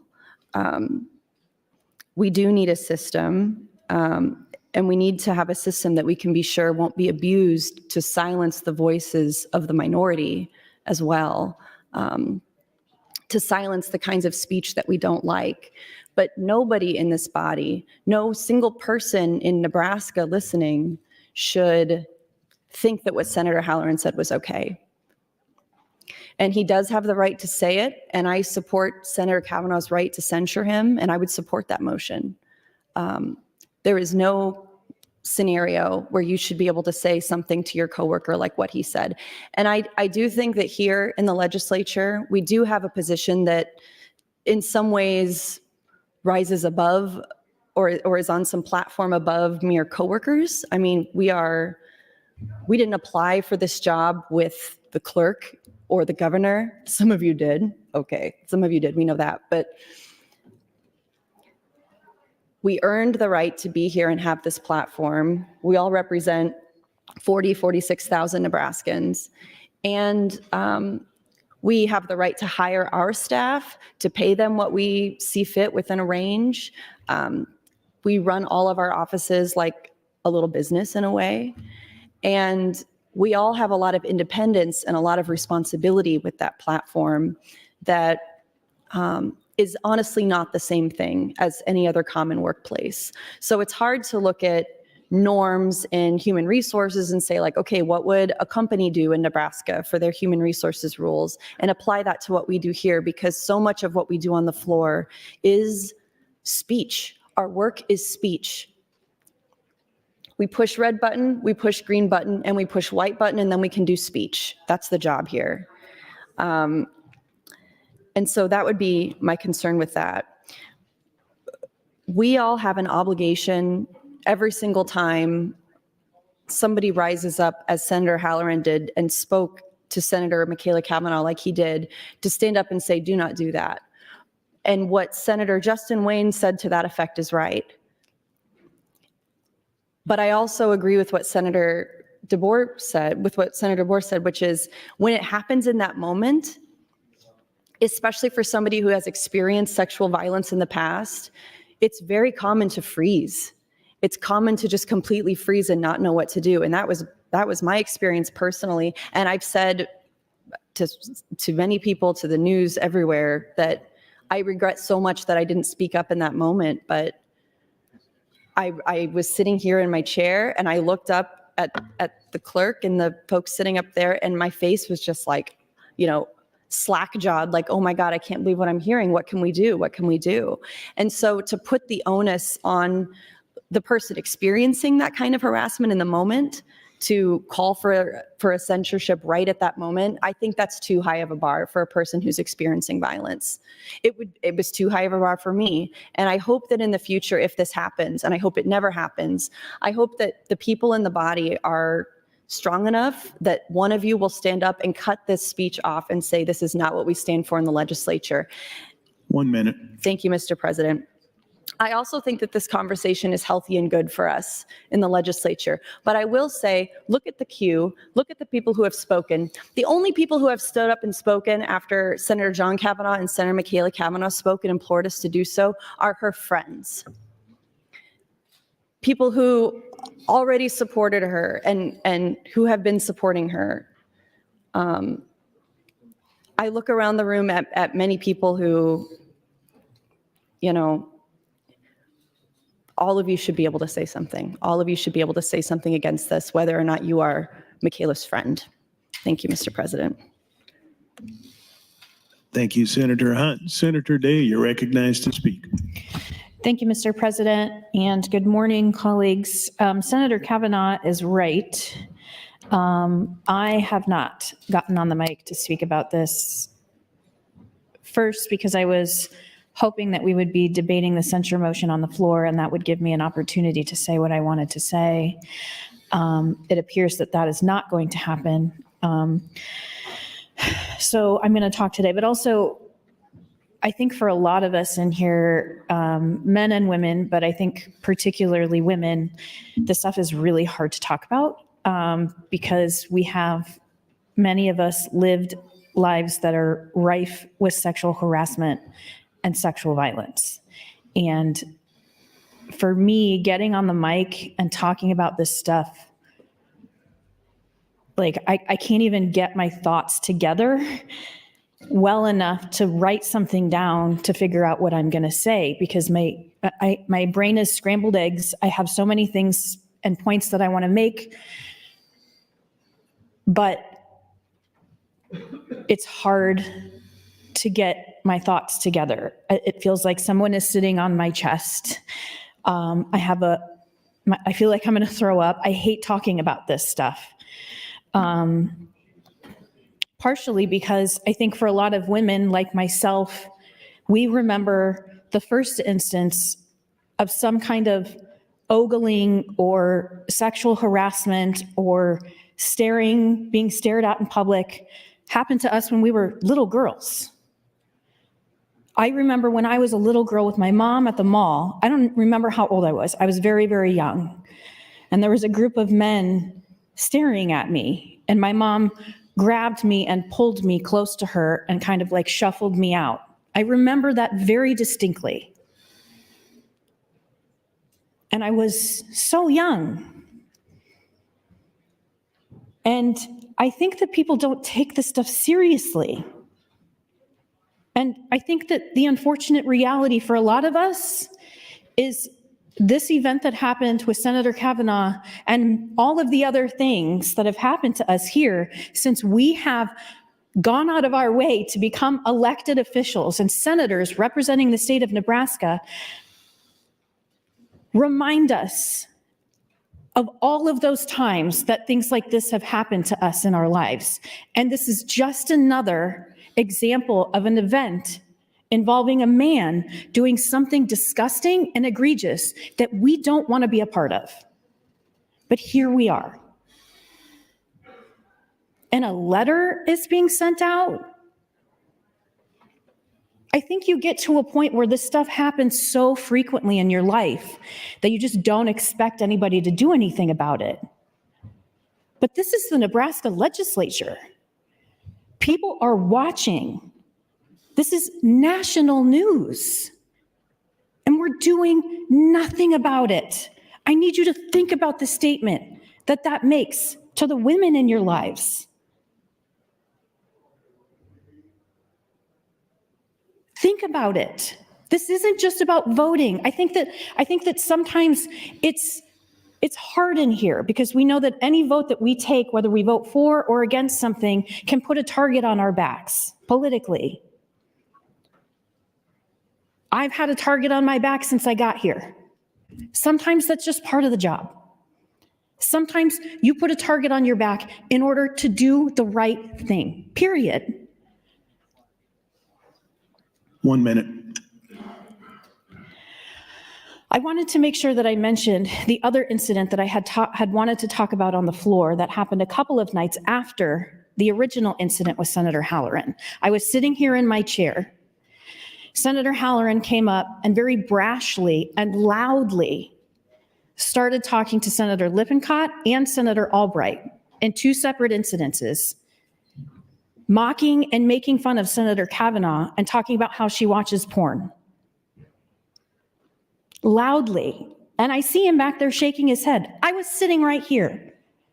It was so loud that I was like, he wants me to hear him. He wants me to hear him. No one does anything about it. It's unacceptable. Be grown-ups. Stand up for the right thing. Thank you, Mr. President. Thank you, Senator Day. Senator Raybould would like to announce some guests in the South balcony. They are ninth graders from East High in Lincoln. Please stand and be recognized by your Nebraska Legislature.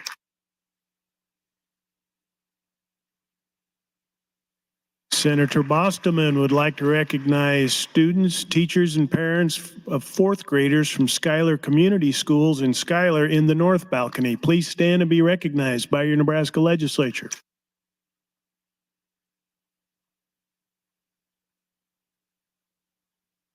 Returning to the queue, Senator Slama, you're recognized to speak.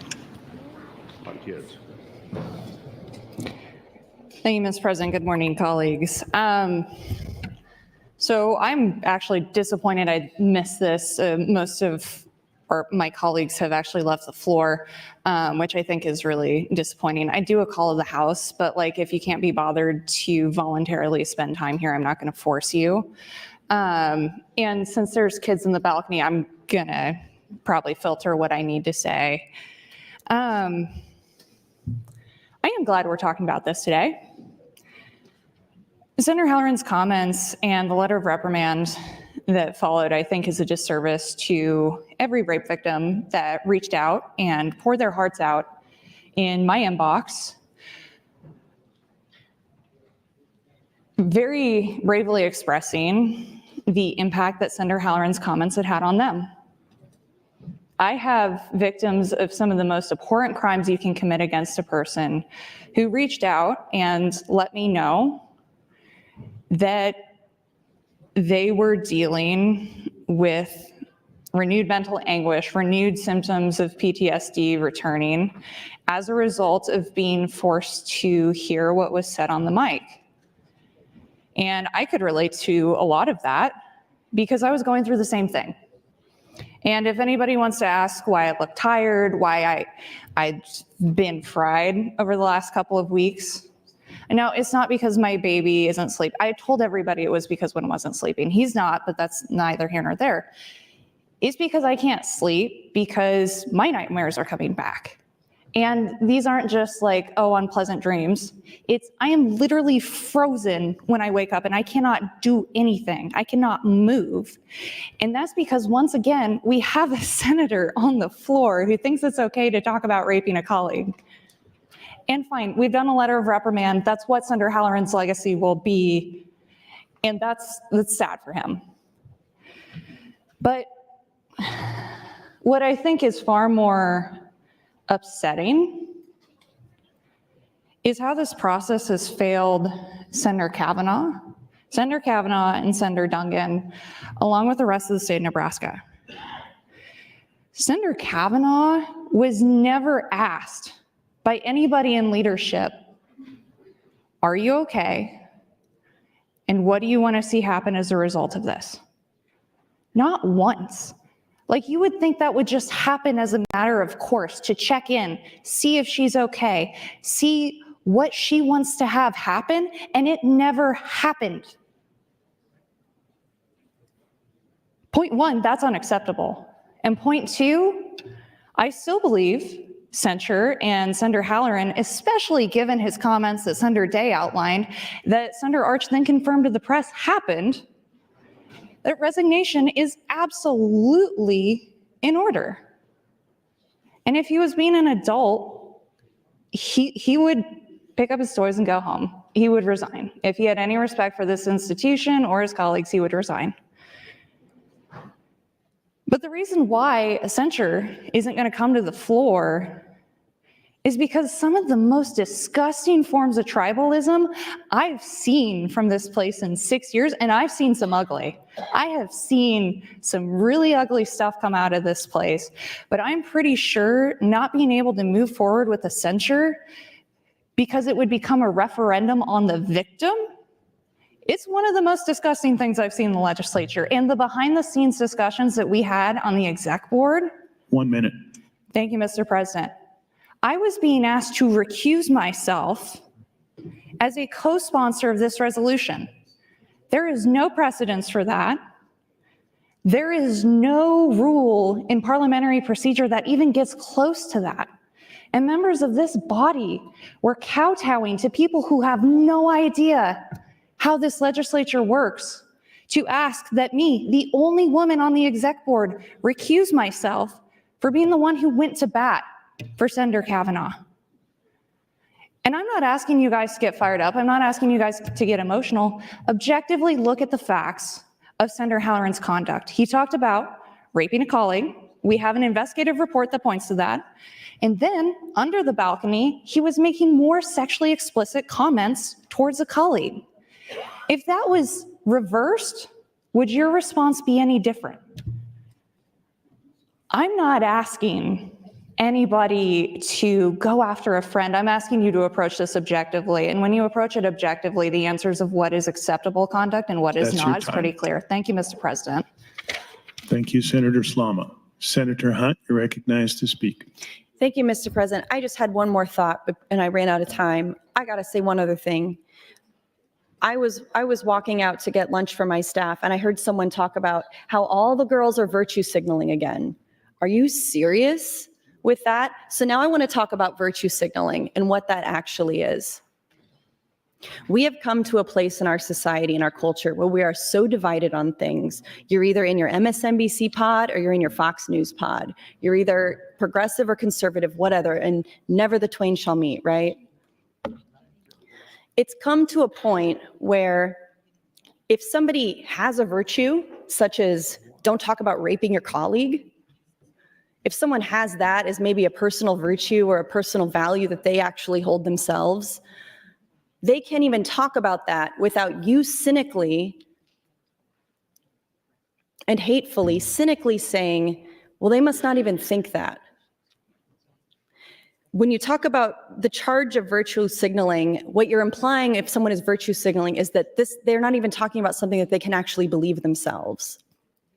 And what does that say about you, about how cynical you've become, that somebody you work with, and who cares if you work with her, somebody you know, that you know some kind of abuse like this has taken place, and people can't speak out against it without you accusing those people of being fake about it. They're just standing up and talking about it for attention. They're just standing up and talking about it so they can show the world that they're the moral ones and they're the virtuous ones. That's what virtue signaling means to you. But what you are doing by having this belief is vice signaling. You have to believe that people can actually have views and speak out against them, and that it doesn't come from a place of opportunism. It doesn't come from a place of wanting attention or something abhorrent like that you may think, but out of real concern for somebody's well-being. And by the way, we virtue signal about many, many things. It can be a way of staking out your position in an argument. It's a way of forming your identity with people. We virtue signal about the Second Amendment. We virtue signal about climate change. We virtue signal about military spending or transgender rights or all kinds of things. But all we're doing is talking about things that matter to us. And if you can hear about someone suffering in the body and you think that speaking up against that is beneath you because it's just virtue signaling, then do you really have any values at all? I don't come in for the prayer every day, and I don't come in for the pledge, but I listen every day, and I always listen to what your Christian chaplain comes in and says to you. He prays over you. We've got Christian priests and chaplains and pastors coming in to pray over you like you need an extra little blessing every day so that you can do the right thing, make Jesus proud, live by your values, etc. So for me to hear every morning this being prayed over you by someone that you're supposed to respect, and then to walk around and hear someone say that what we're doing is virtue signaling, maybe you should try signaling some virtue. I haven't seen any in here from a lot of you in 6 years, and I'm not holding my breath. This isn't a family. You've never caught me being one of those people saying, we're a legislative family. I checked the record, but I don't think I've ever used that word. Last year, you all took one of the most egregious anti-family votes in the history of the state that directly attacked and affected my family, my flesh and blood. This is not a family. Thank you, Mr. President. But this is a place to practice what we preach, to live out our values. If, as you say, your God, your Savior, Jesus Christ, would want you to live, then what you would do is stand up against what Senator Halloran has done. And many other things too. But what triggered me and set me off was just that virtue signaling comment. I think that you need to relax with that. Think about your vice signaling and think about what virtues you really have and what would you be willing to stand up and say? What would you be willing to stand up for? Thank you, Mr. President. Thank you, Senator Hunt. Senator Slama, you're recognized to speak. Thank you, Mr. President. Good morning again, colleagues. I'm just going to talk one more on this and then I'm done.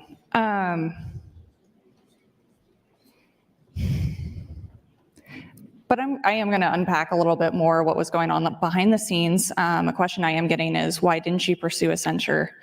And the fact of the matter is, we would have had to do procedural hoops to get the 30 votes we needed, to restrict debate where it could be a clean censure, to where other members of the body couldn't include Senator Kavanaugh's name in the censure, couldn't include my name in the censure, couldn't bring up more accusations against the victim of sexual harassment in that censure.